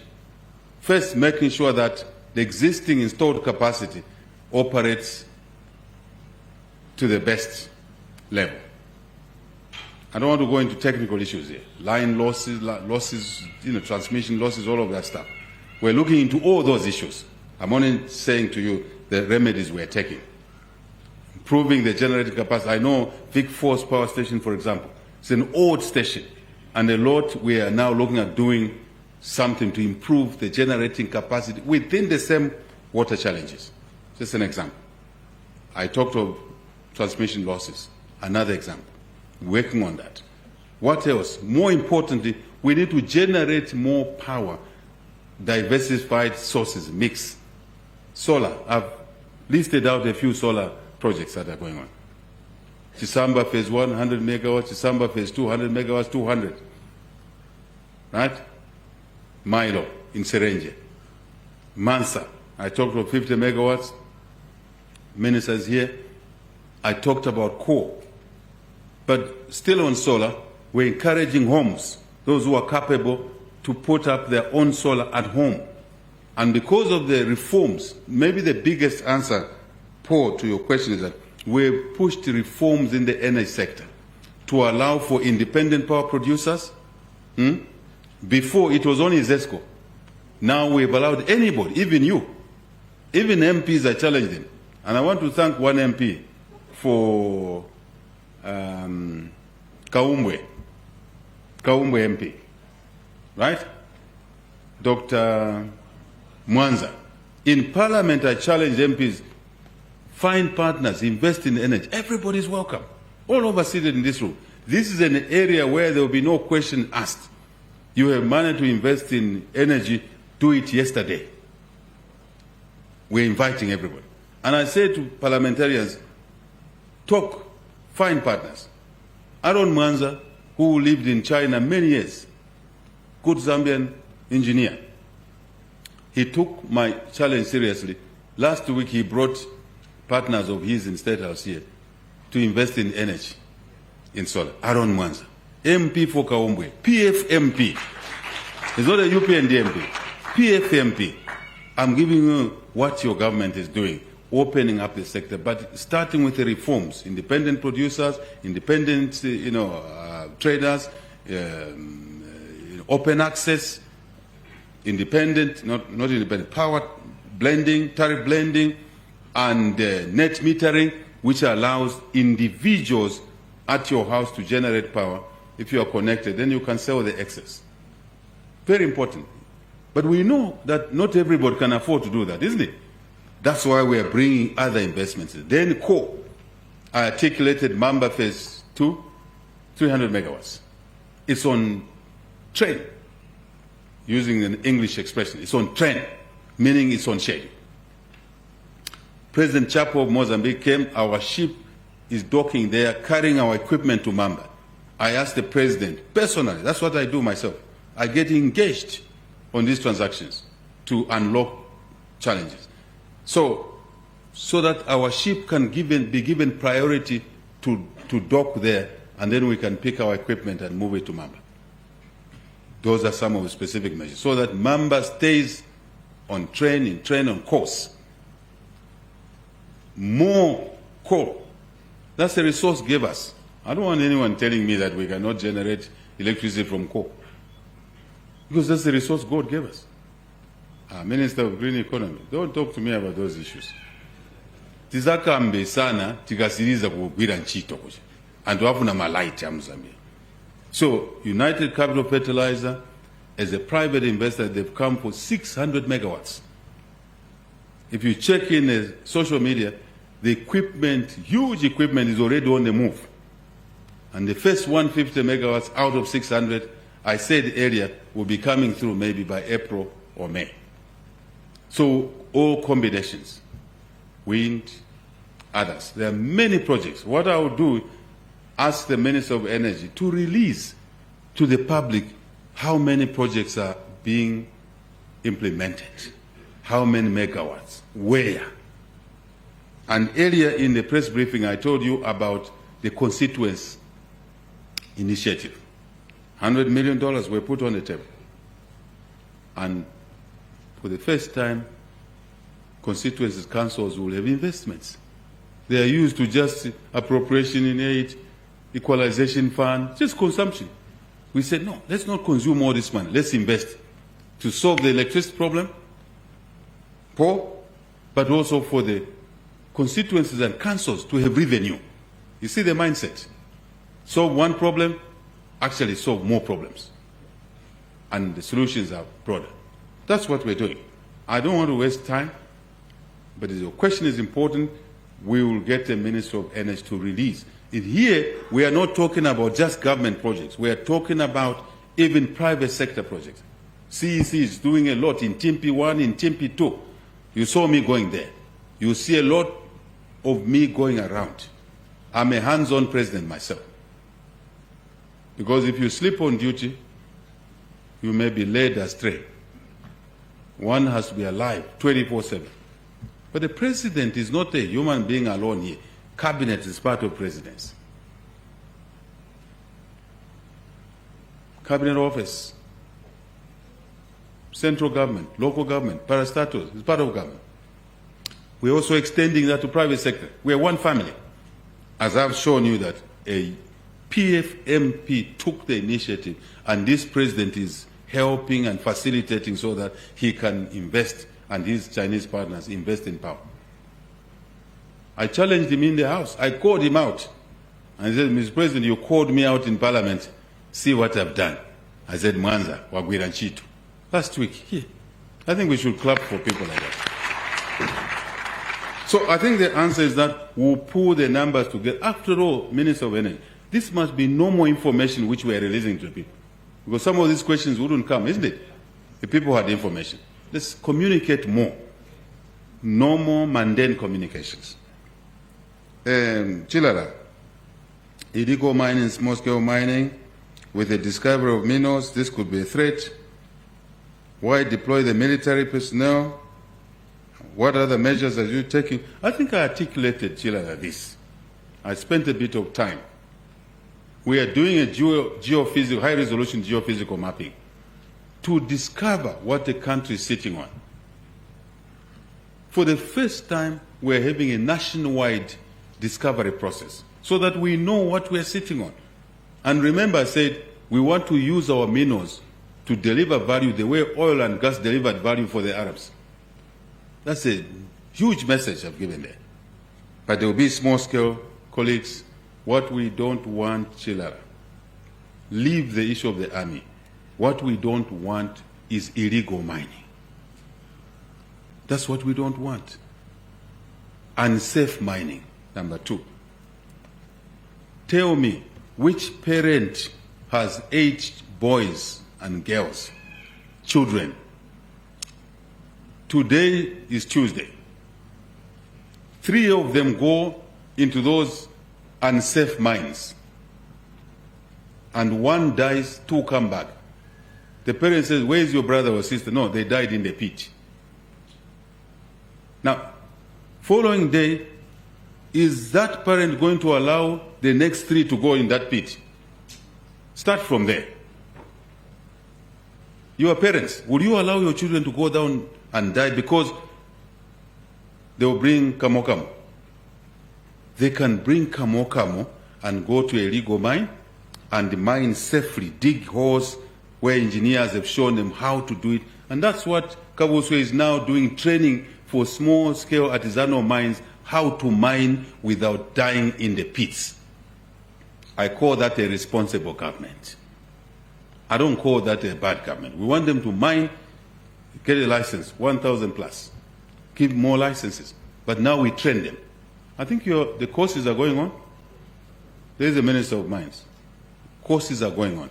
Those are some of the solutions, Chilala, so that our children can go there and come back to us. No normal president will allow that to happen. And when the president and government is protecting you from there, you start throwing stones.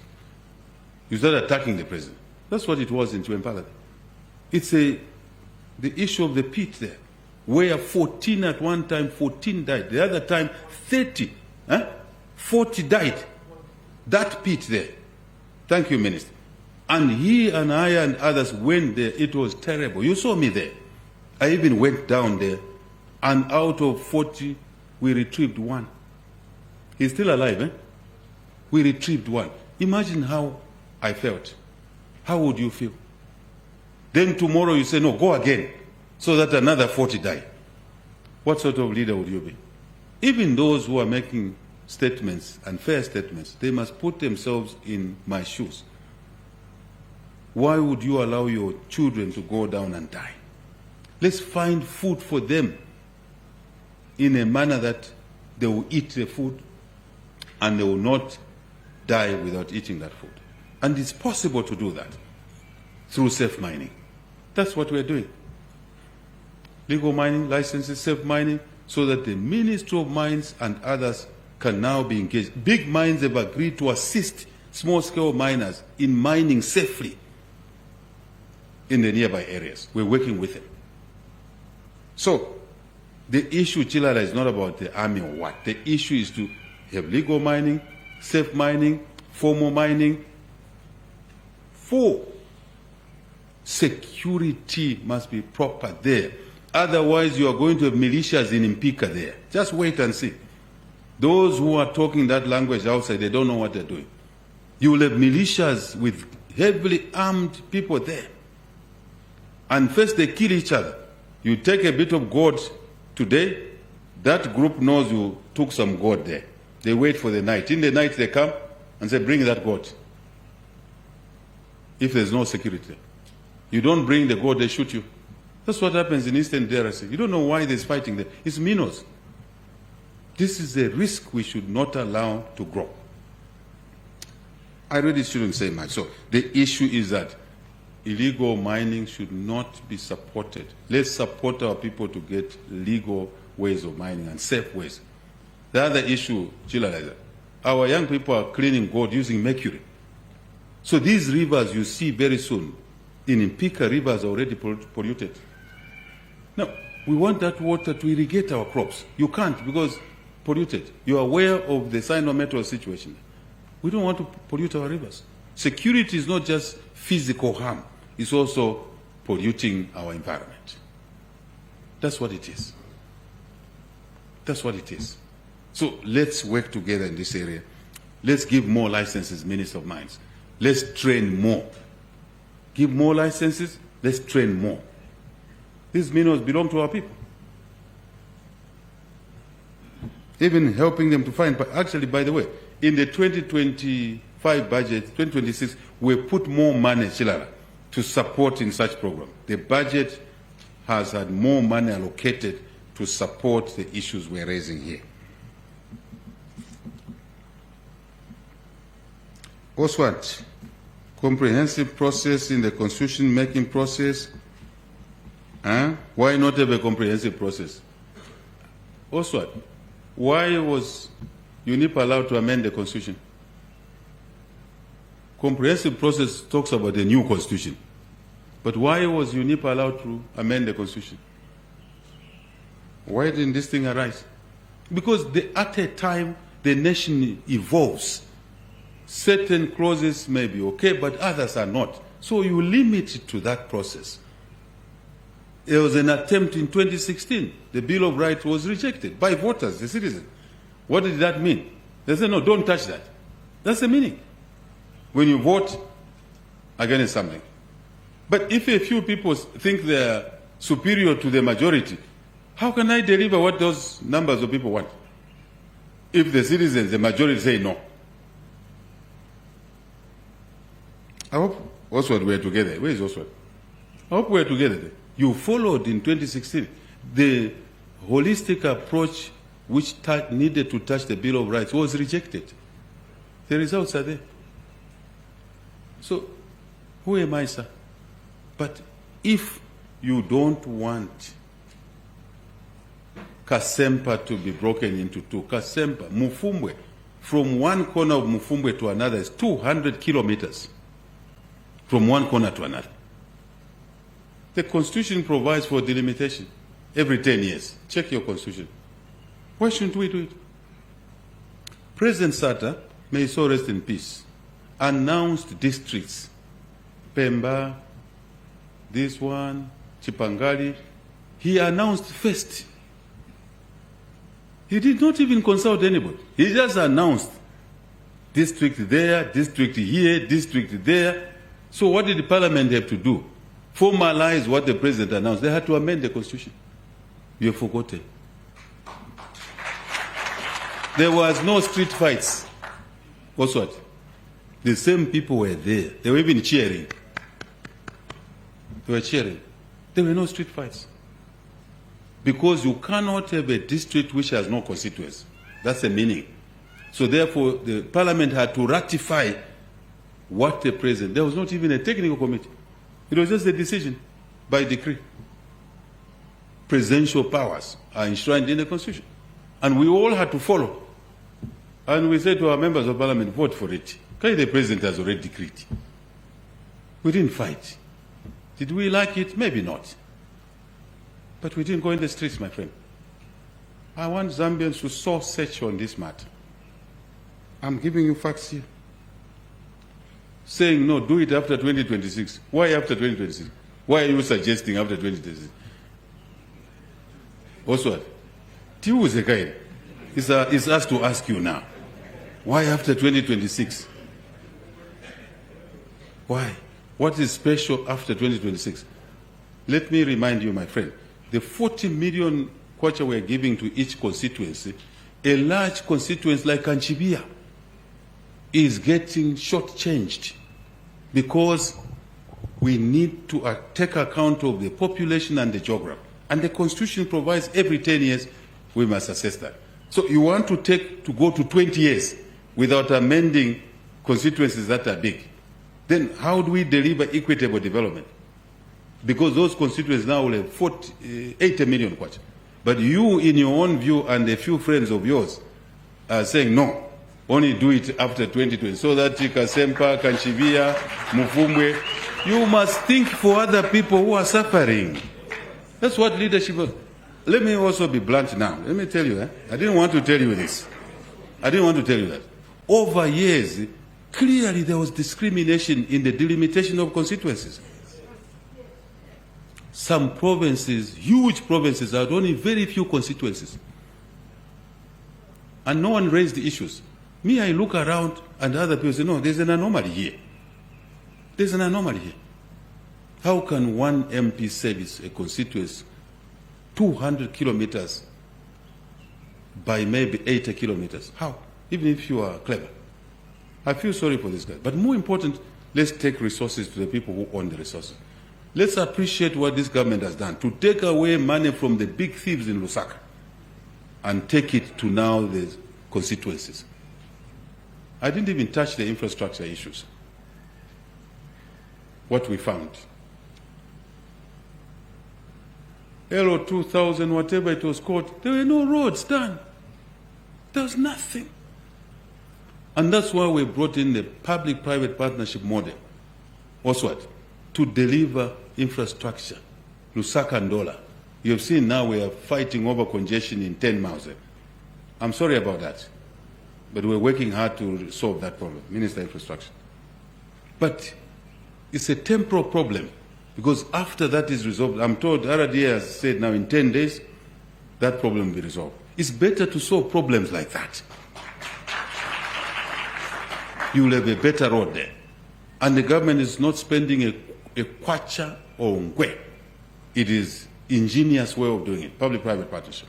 And Lusaka and Dola Road was talked about for many years. I'm talking of a dual carriage. Today, it is reality. In 4 years of COVID, 4 years of drought, 4 years of debt restructuring, 4 years of cholera, we are still able to deliver things like that.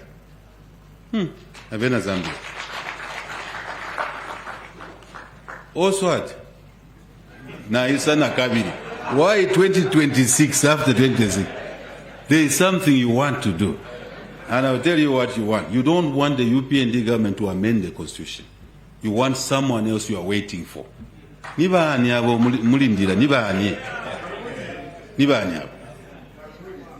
waiting for your friends. I'm just abusing you. Also, as a journalist, he's asking the question on behalf of other people, the community. But I'm also using him just as a guinea pig, right? My friend, there's no provision to say you do it after elections. I've already demonstrated to you that UNIP did it in the election year, MMD did it in the election year, PF did it in the election year, only UPND you don't want to do it. Is that not segregation? Is that not discrimination? You are hiding behind this issue to deliver the real issues you are concerned about. The real issues you are concerned about, you don't want certain citizens to be in the presidency. You only want a certain group. Takwava ifyo. Bunanga. Not Bunanga. I want to say this is quarrelsome, being quarrelsome. What should I say? I want to use them. Abu? Bunka kwa? If you feel. So, Oswald, thank you for your question. I think you are asking the question for other people. I appreciate your question. I'm not trying to put you on the spot, my dear friend. Appreciate your question. But really, comprehensive, I've answered, timing, I've answered. I actually preempted your question, right? I knew the question was coming. After 2026, because people are pushing for a regime change, you have to work hard. You have to work hard. You have to work hard. You have to work hard. Let the Zambians decide what they want for themselves, not a small clique of people hiding behind other things. Now, let me remind citizens, who brought us debt? Who brought us debt? The same people sitting out there. Who brought Kadarism here? Who was killing people here? Right? Who dropped the economic growth to minus 2.8%? Who? So what is in them that you want them to come back so that they can amend the constitution after 2026? Yes. What is it that you want? Who removed free education? So who brought back free education? Who reintroduced meal allowances? Who is building hostels? Who is increased bursaries? Who is doing a school feeding program so that children can be fed and the attendance and the attention will be better? Who? That's what you need to deal with. Come with arguments to compete with our policies. I'm only asking here, which student who is going to school free of charge, which mother would be happy to go back to paying school fees? Let's think honestly here. Remove hatred first. Just let's talk pari passu here, police to police. We brought free education. 2.3 million kids have gone back to school. Imagine what would these children have become in 5 years' time. So you are happy to have junkies and we're cleaning up society? What do Papa? Honestly speaking, Oswald, thank you for your question, my dear friend. He's a good man. But those agitating for those things are exposing their true intentions. You can see they just don't want this chap, this Kachema here. Not what he's doing and his government. They just don't want the skin and the big ears. Normally, say, oh, pangira my ears. Teine boy.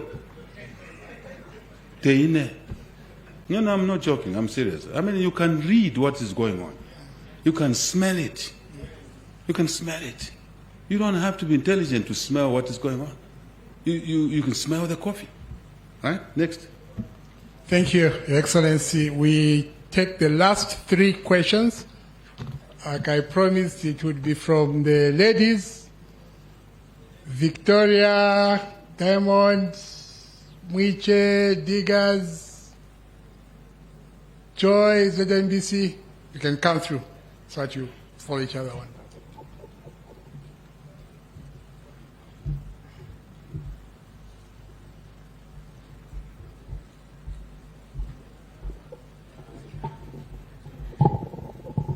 Good afternoon, Mr. President. Afternoon.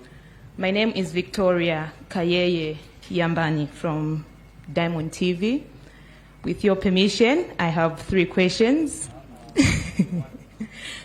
One on the Constitution, one on the economy, and one on something that you've not touched. May I go ahead? The moderator is there. He's the boss. You will ask 1 question. Allow her maybe 2, middle ground. Okay, 2. Negotiation, you see? Instead of fighting, negotiations. Dialogue. Thank you so much. My first question, Mr. President, you have already touched on it briefly, and this is on the increase of MPs from 156 to 211. The expansion comes really at a time when Zambia is currently facing serious economical pressures. And I would like to find out, has your administration conducted cost-benefit analysis, and will you make it public? My second question is, in your address, you did highlight the fact that Zambia is in the right direction and there are quite a number of positives that we've made towards the economic recovery. When will these positives turn into real value for the people, such as the lower cost of goods and services? Thank you so much.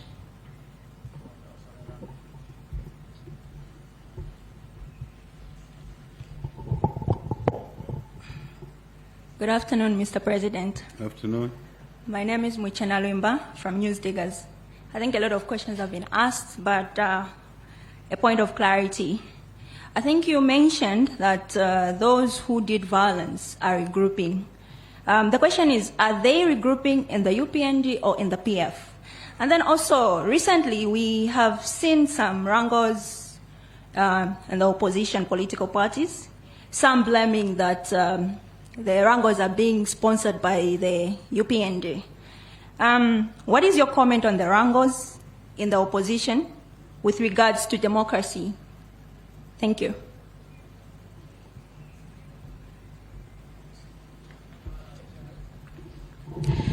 Good afternoon, Mr. President. My name is Joy Nyambe from ZNBC. I know you've touched on the issue of energy, addressing the various interventions that your government is putting in place to address the crisis. Arising from that, there is a concern among citizens on the exploitation by some businesses selling green energy products such as solar equipment.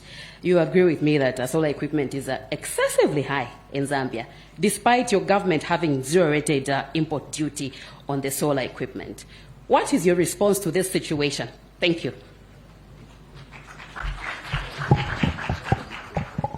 Thank you very much, Your Excellency. Those are the last 3 questions we got. You may proceed to address them. Thank you, sir.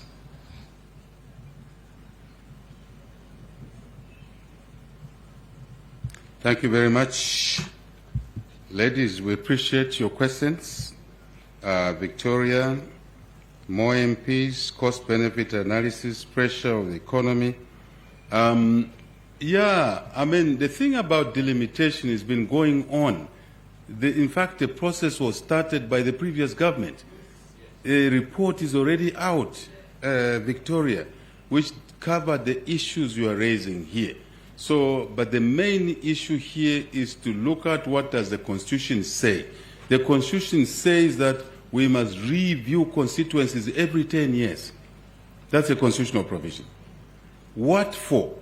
To ensure that you are able to delimitate, to take account of population, 1, 2, geography, physical geography, distances, complexities of a constituent.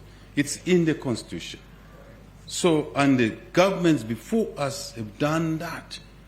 But look at the population has increased and some constituencies are too large. I already touched on that. But the real study as a base was done by the previous government. I think the report came out in 2018 or 20 somewhere. 2018? 2019, I'm being told. So that answers your questions. But for us, in our government, we see more than what I've just said. We see things slightly differently, beyond what the basics is provided for. The limitation for population, for distance or geography, size. We see something else. We see an opportunity to provide equitable distribution of resources. We see that fine line. We see how big constituencies are struggling to build more schools to accommodate free education because of the size of the constituency and the population. We see the issues about water and sanitation. We see opportunities for the CDF grant element to support widows to raise chickens, to support the youth to run a workshop to produce window frames, to produce door frames. We see the fine line that in some constituencies we're not delivering this money equitably. And we would like that done so that we are fair to the people who put us in office across the country. And the inequities, we also see them.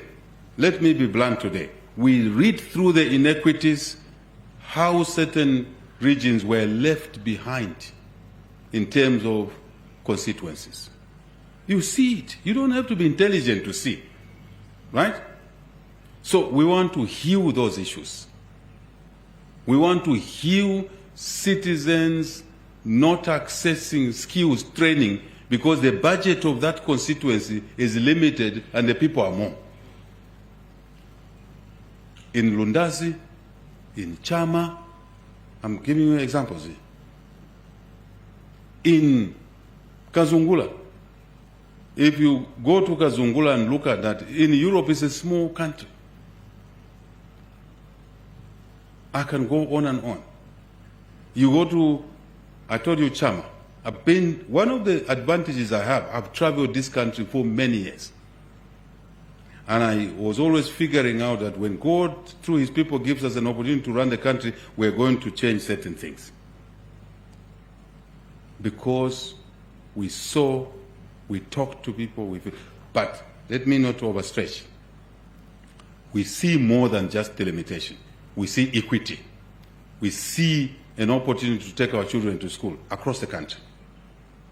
No matter what their circumstances, no matter who their parents are, we see an opportunity there. That's how we see this CDM. It's not more about an MP sitting, it's more about the resource allocation. Isn't it? So I hope I have answered your question there. When will the positives turn into value? Victoria, first I spent time this morning going around where we were in 2021, where we are now, just to give you a few parameters. A few parameters. Just a few. The stability in the exchange rate. I talked about businesses importing now equipment for investment. I see an opportunity, we believe. For example, before we came into office and then these reforms were put in place, the foreign reserve had plummeted to $1 billion or so. I know it doesn't make sense to some people, but it's very important. Now, it is over $5 billion. What is the meaning of this? In there sits the sense of stability that if there were no export revenues and the country needed to maintain the essential imports such as medicines, you will still be able to import medicines for 5 months, even though you did not earn anything, as opposed to 1 month of import cover. I don't want to confuse and bring in expert arguments here. But that's what it means. That assurance, Victoria, means that the kwacha will not be vulnerable based on sentiments. Hence the stability you are seeing. What else? I talked about the jobs in Mopani, that an additional 2,000 jobs have been created. Surely, is that not a benefit you are seeing now? What other benefit? I said close to 100,000 new jobs in the public sector have been created because of our policies and reforms. Let me pose a question. It's not for you to answer. It's for the people out there.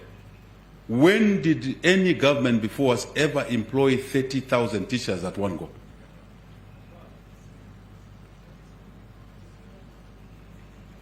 There is a benefit.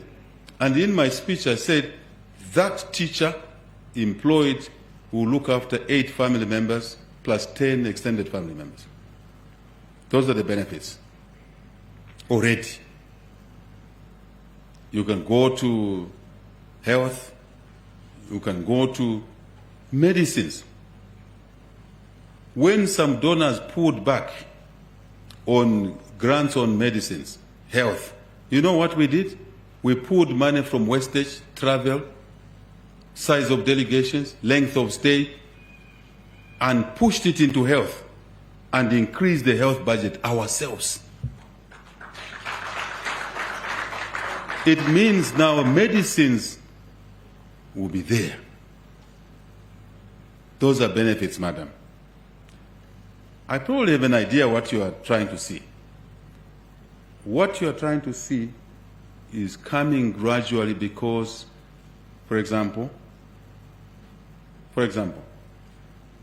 when, let me not go there, when we had a drought, we had a food shortage, then we encouraged farmers to grow more, right? Then we have a bumper harvest. That's a direct benefit of the policies of this government. The irrigation, I'm talking of 500,000 hectares, with or without rain, will have food. Those are benefits. What else? Let me just pick one issue, which I think should be close to your heart and our hearts.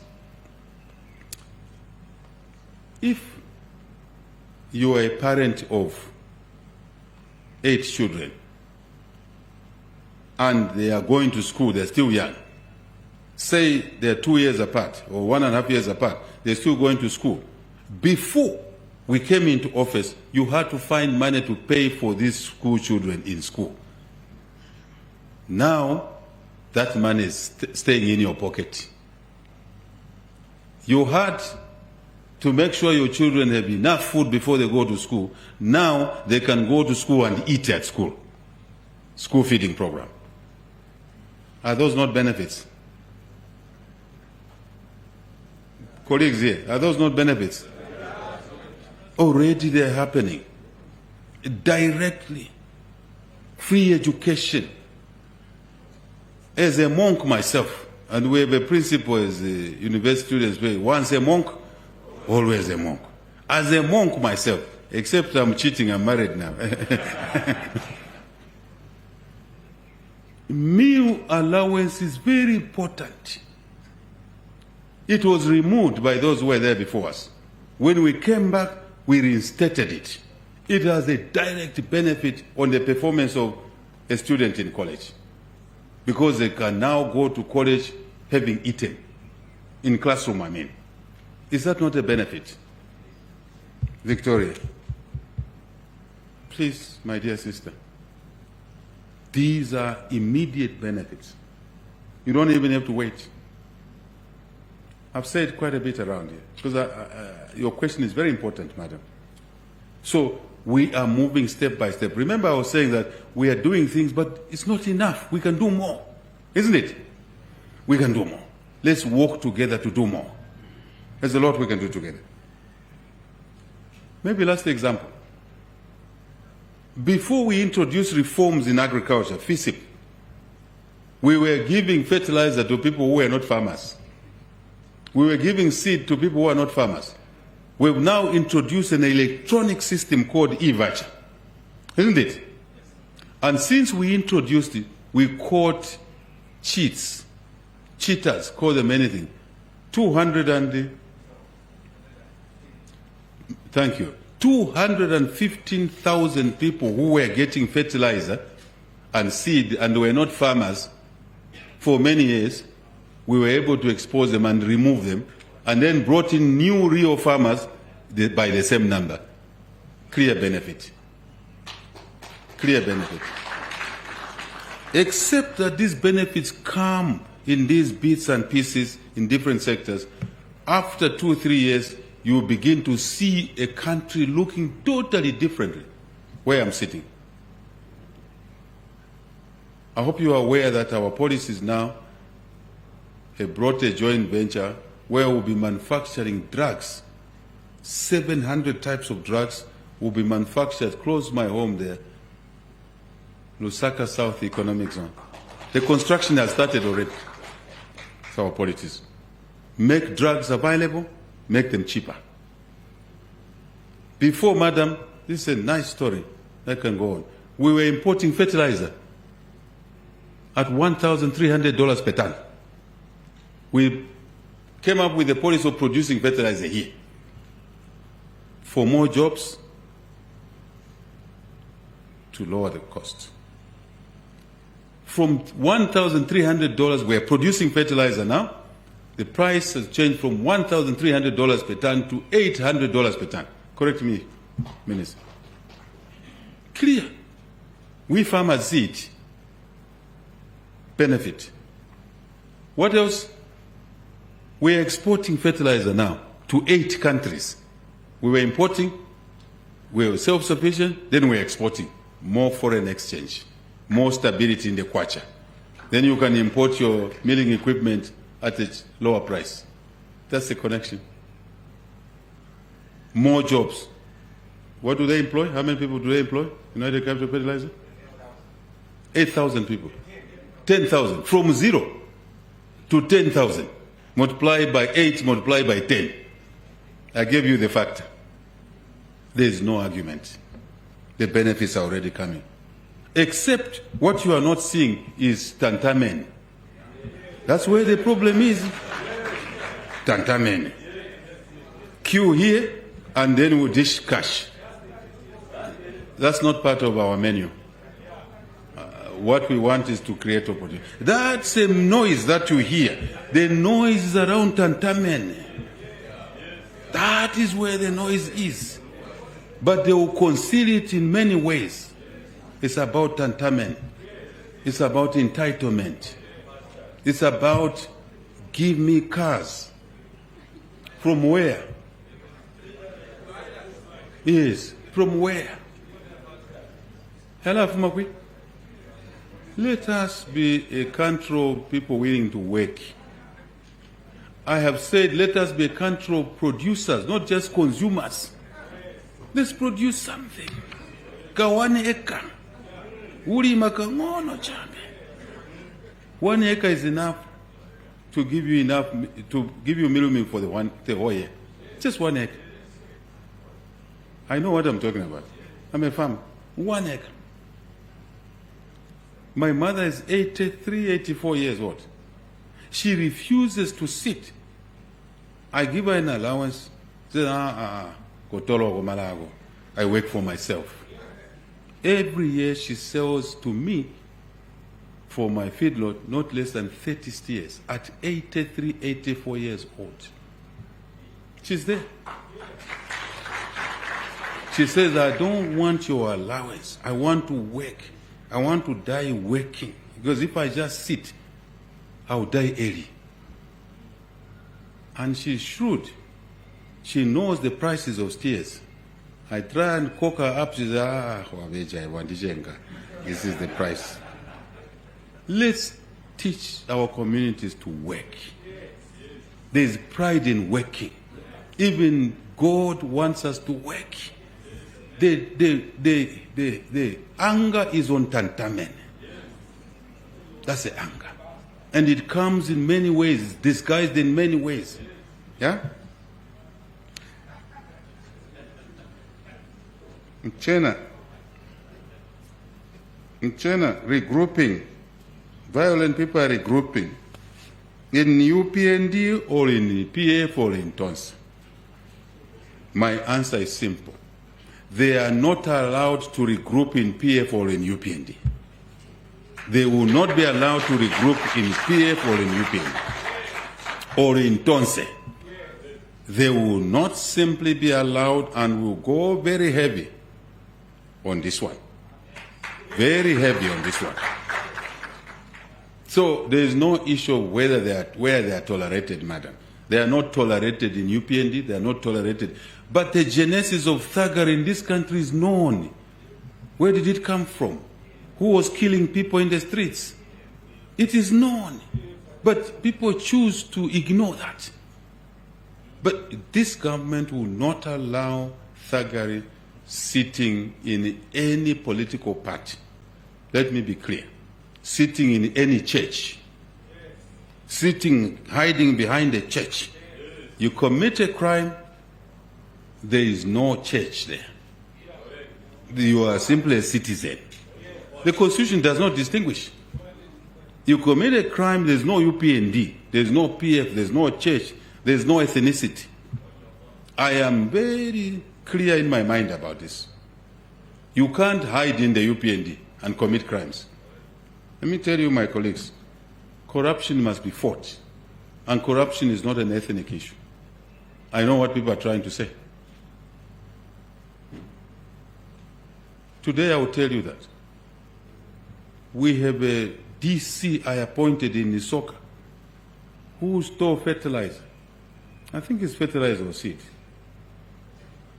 You've forgotten. Fertilizer. He's in now. He's serving a sentence in. I appointed him. Just one example. Let me remind you, former Minister of Foreign Affairs connives to move millions of dollars from the Minister of Finance, took it to Turkey, and then followed it on a presidential plane. Went and withdrew cash, brought it here, then he shared it, he started depositing in the bank every day for 11 or so days. Then he did a transfer to buy 2 helicopters. Your money, the money that belongs to children in school. We prosecute him. People were making noise. Oh, no, what? We did our numbers. We talked to people, say, come and give evidence here. He's been found guilty. And we're recovering that money. Better that money goes to pay meal allowances. That money goes to pay for free education. How can we say now the fight against corruption is targeting politics or ethnic groups? Can we come off some things? Eh? It's even embarrassing to talk about such a thing. And that individual did it. The court has proved. Now imagine how many cases we have not prosecuted. How much money? One individual, we recovered $30 million. No, some level of greed is frightening. $30 million. Moved it to Seychelles, moved it here and there. And the noise was that, no, there's no fight against corruption. We recovered that money. We recovered one person. We must detest corruption. Fellow citizens, I'm asking you, let us join hands to detest thieving from people. So, Madam Michelle, there is no hiding place for thuggery. And I think we are clear about that. Joy Nyambe, exploitation by traders selling solar as an example. You are spot on. We have to work hard to ensure that people are not being cheated. When we remove duties, the price of solar must come down. You are spot on. And I think we are all hearing, colleagues, let's address that issue. Having said that, Madam Joy, the price of solar has come down. Before, to invest in 1 megawatt, you needed to pay $1 million. Now, to invest in 1 megawatt, you pay less than $700,000. Technology is better. But the traders are taking advantage, some of them. I think we need to deal with that. Minister of Commerce is here, is listening. We don't coerce them, we sit down with them in a civilized way. We don't go in the streets demonstrating against them. We bring them in the room and talk to them. I've finished answering the questions. Thank you. Thank you very much, Your Excellency. Another round of applause. Thank you very much, Your Excellency. We have come to the end of the press conference. I would ask that we all stand to sing the national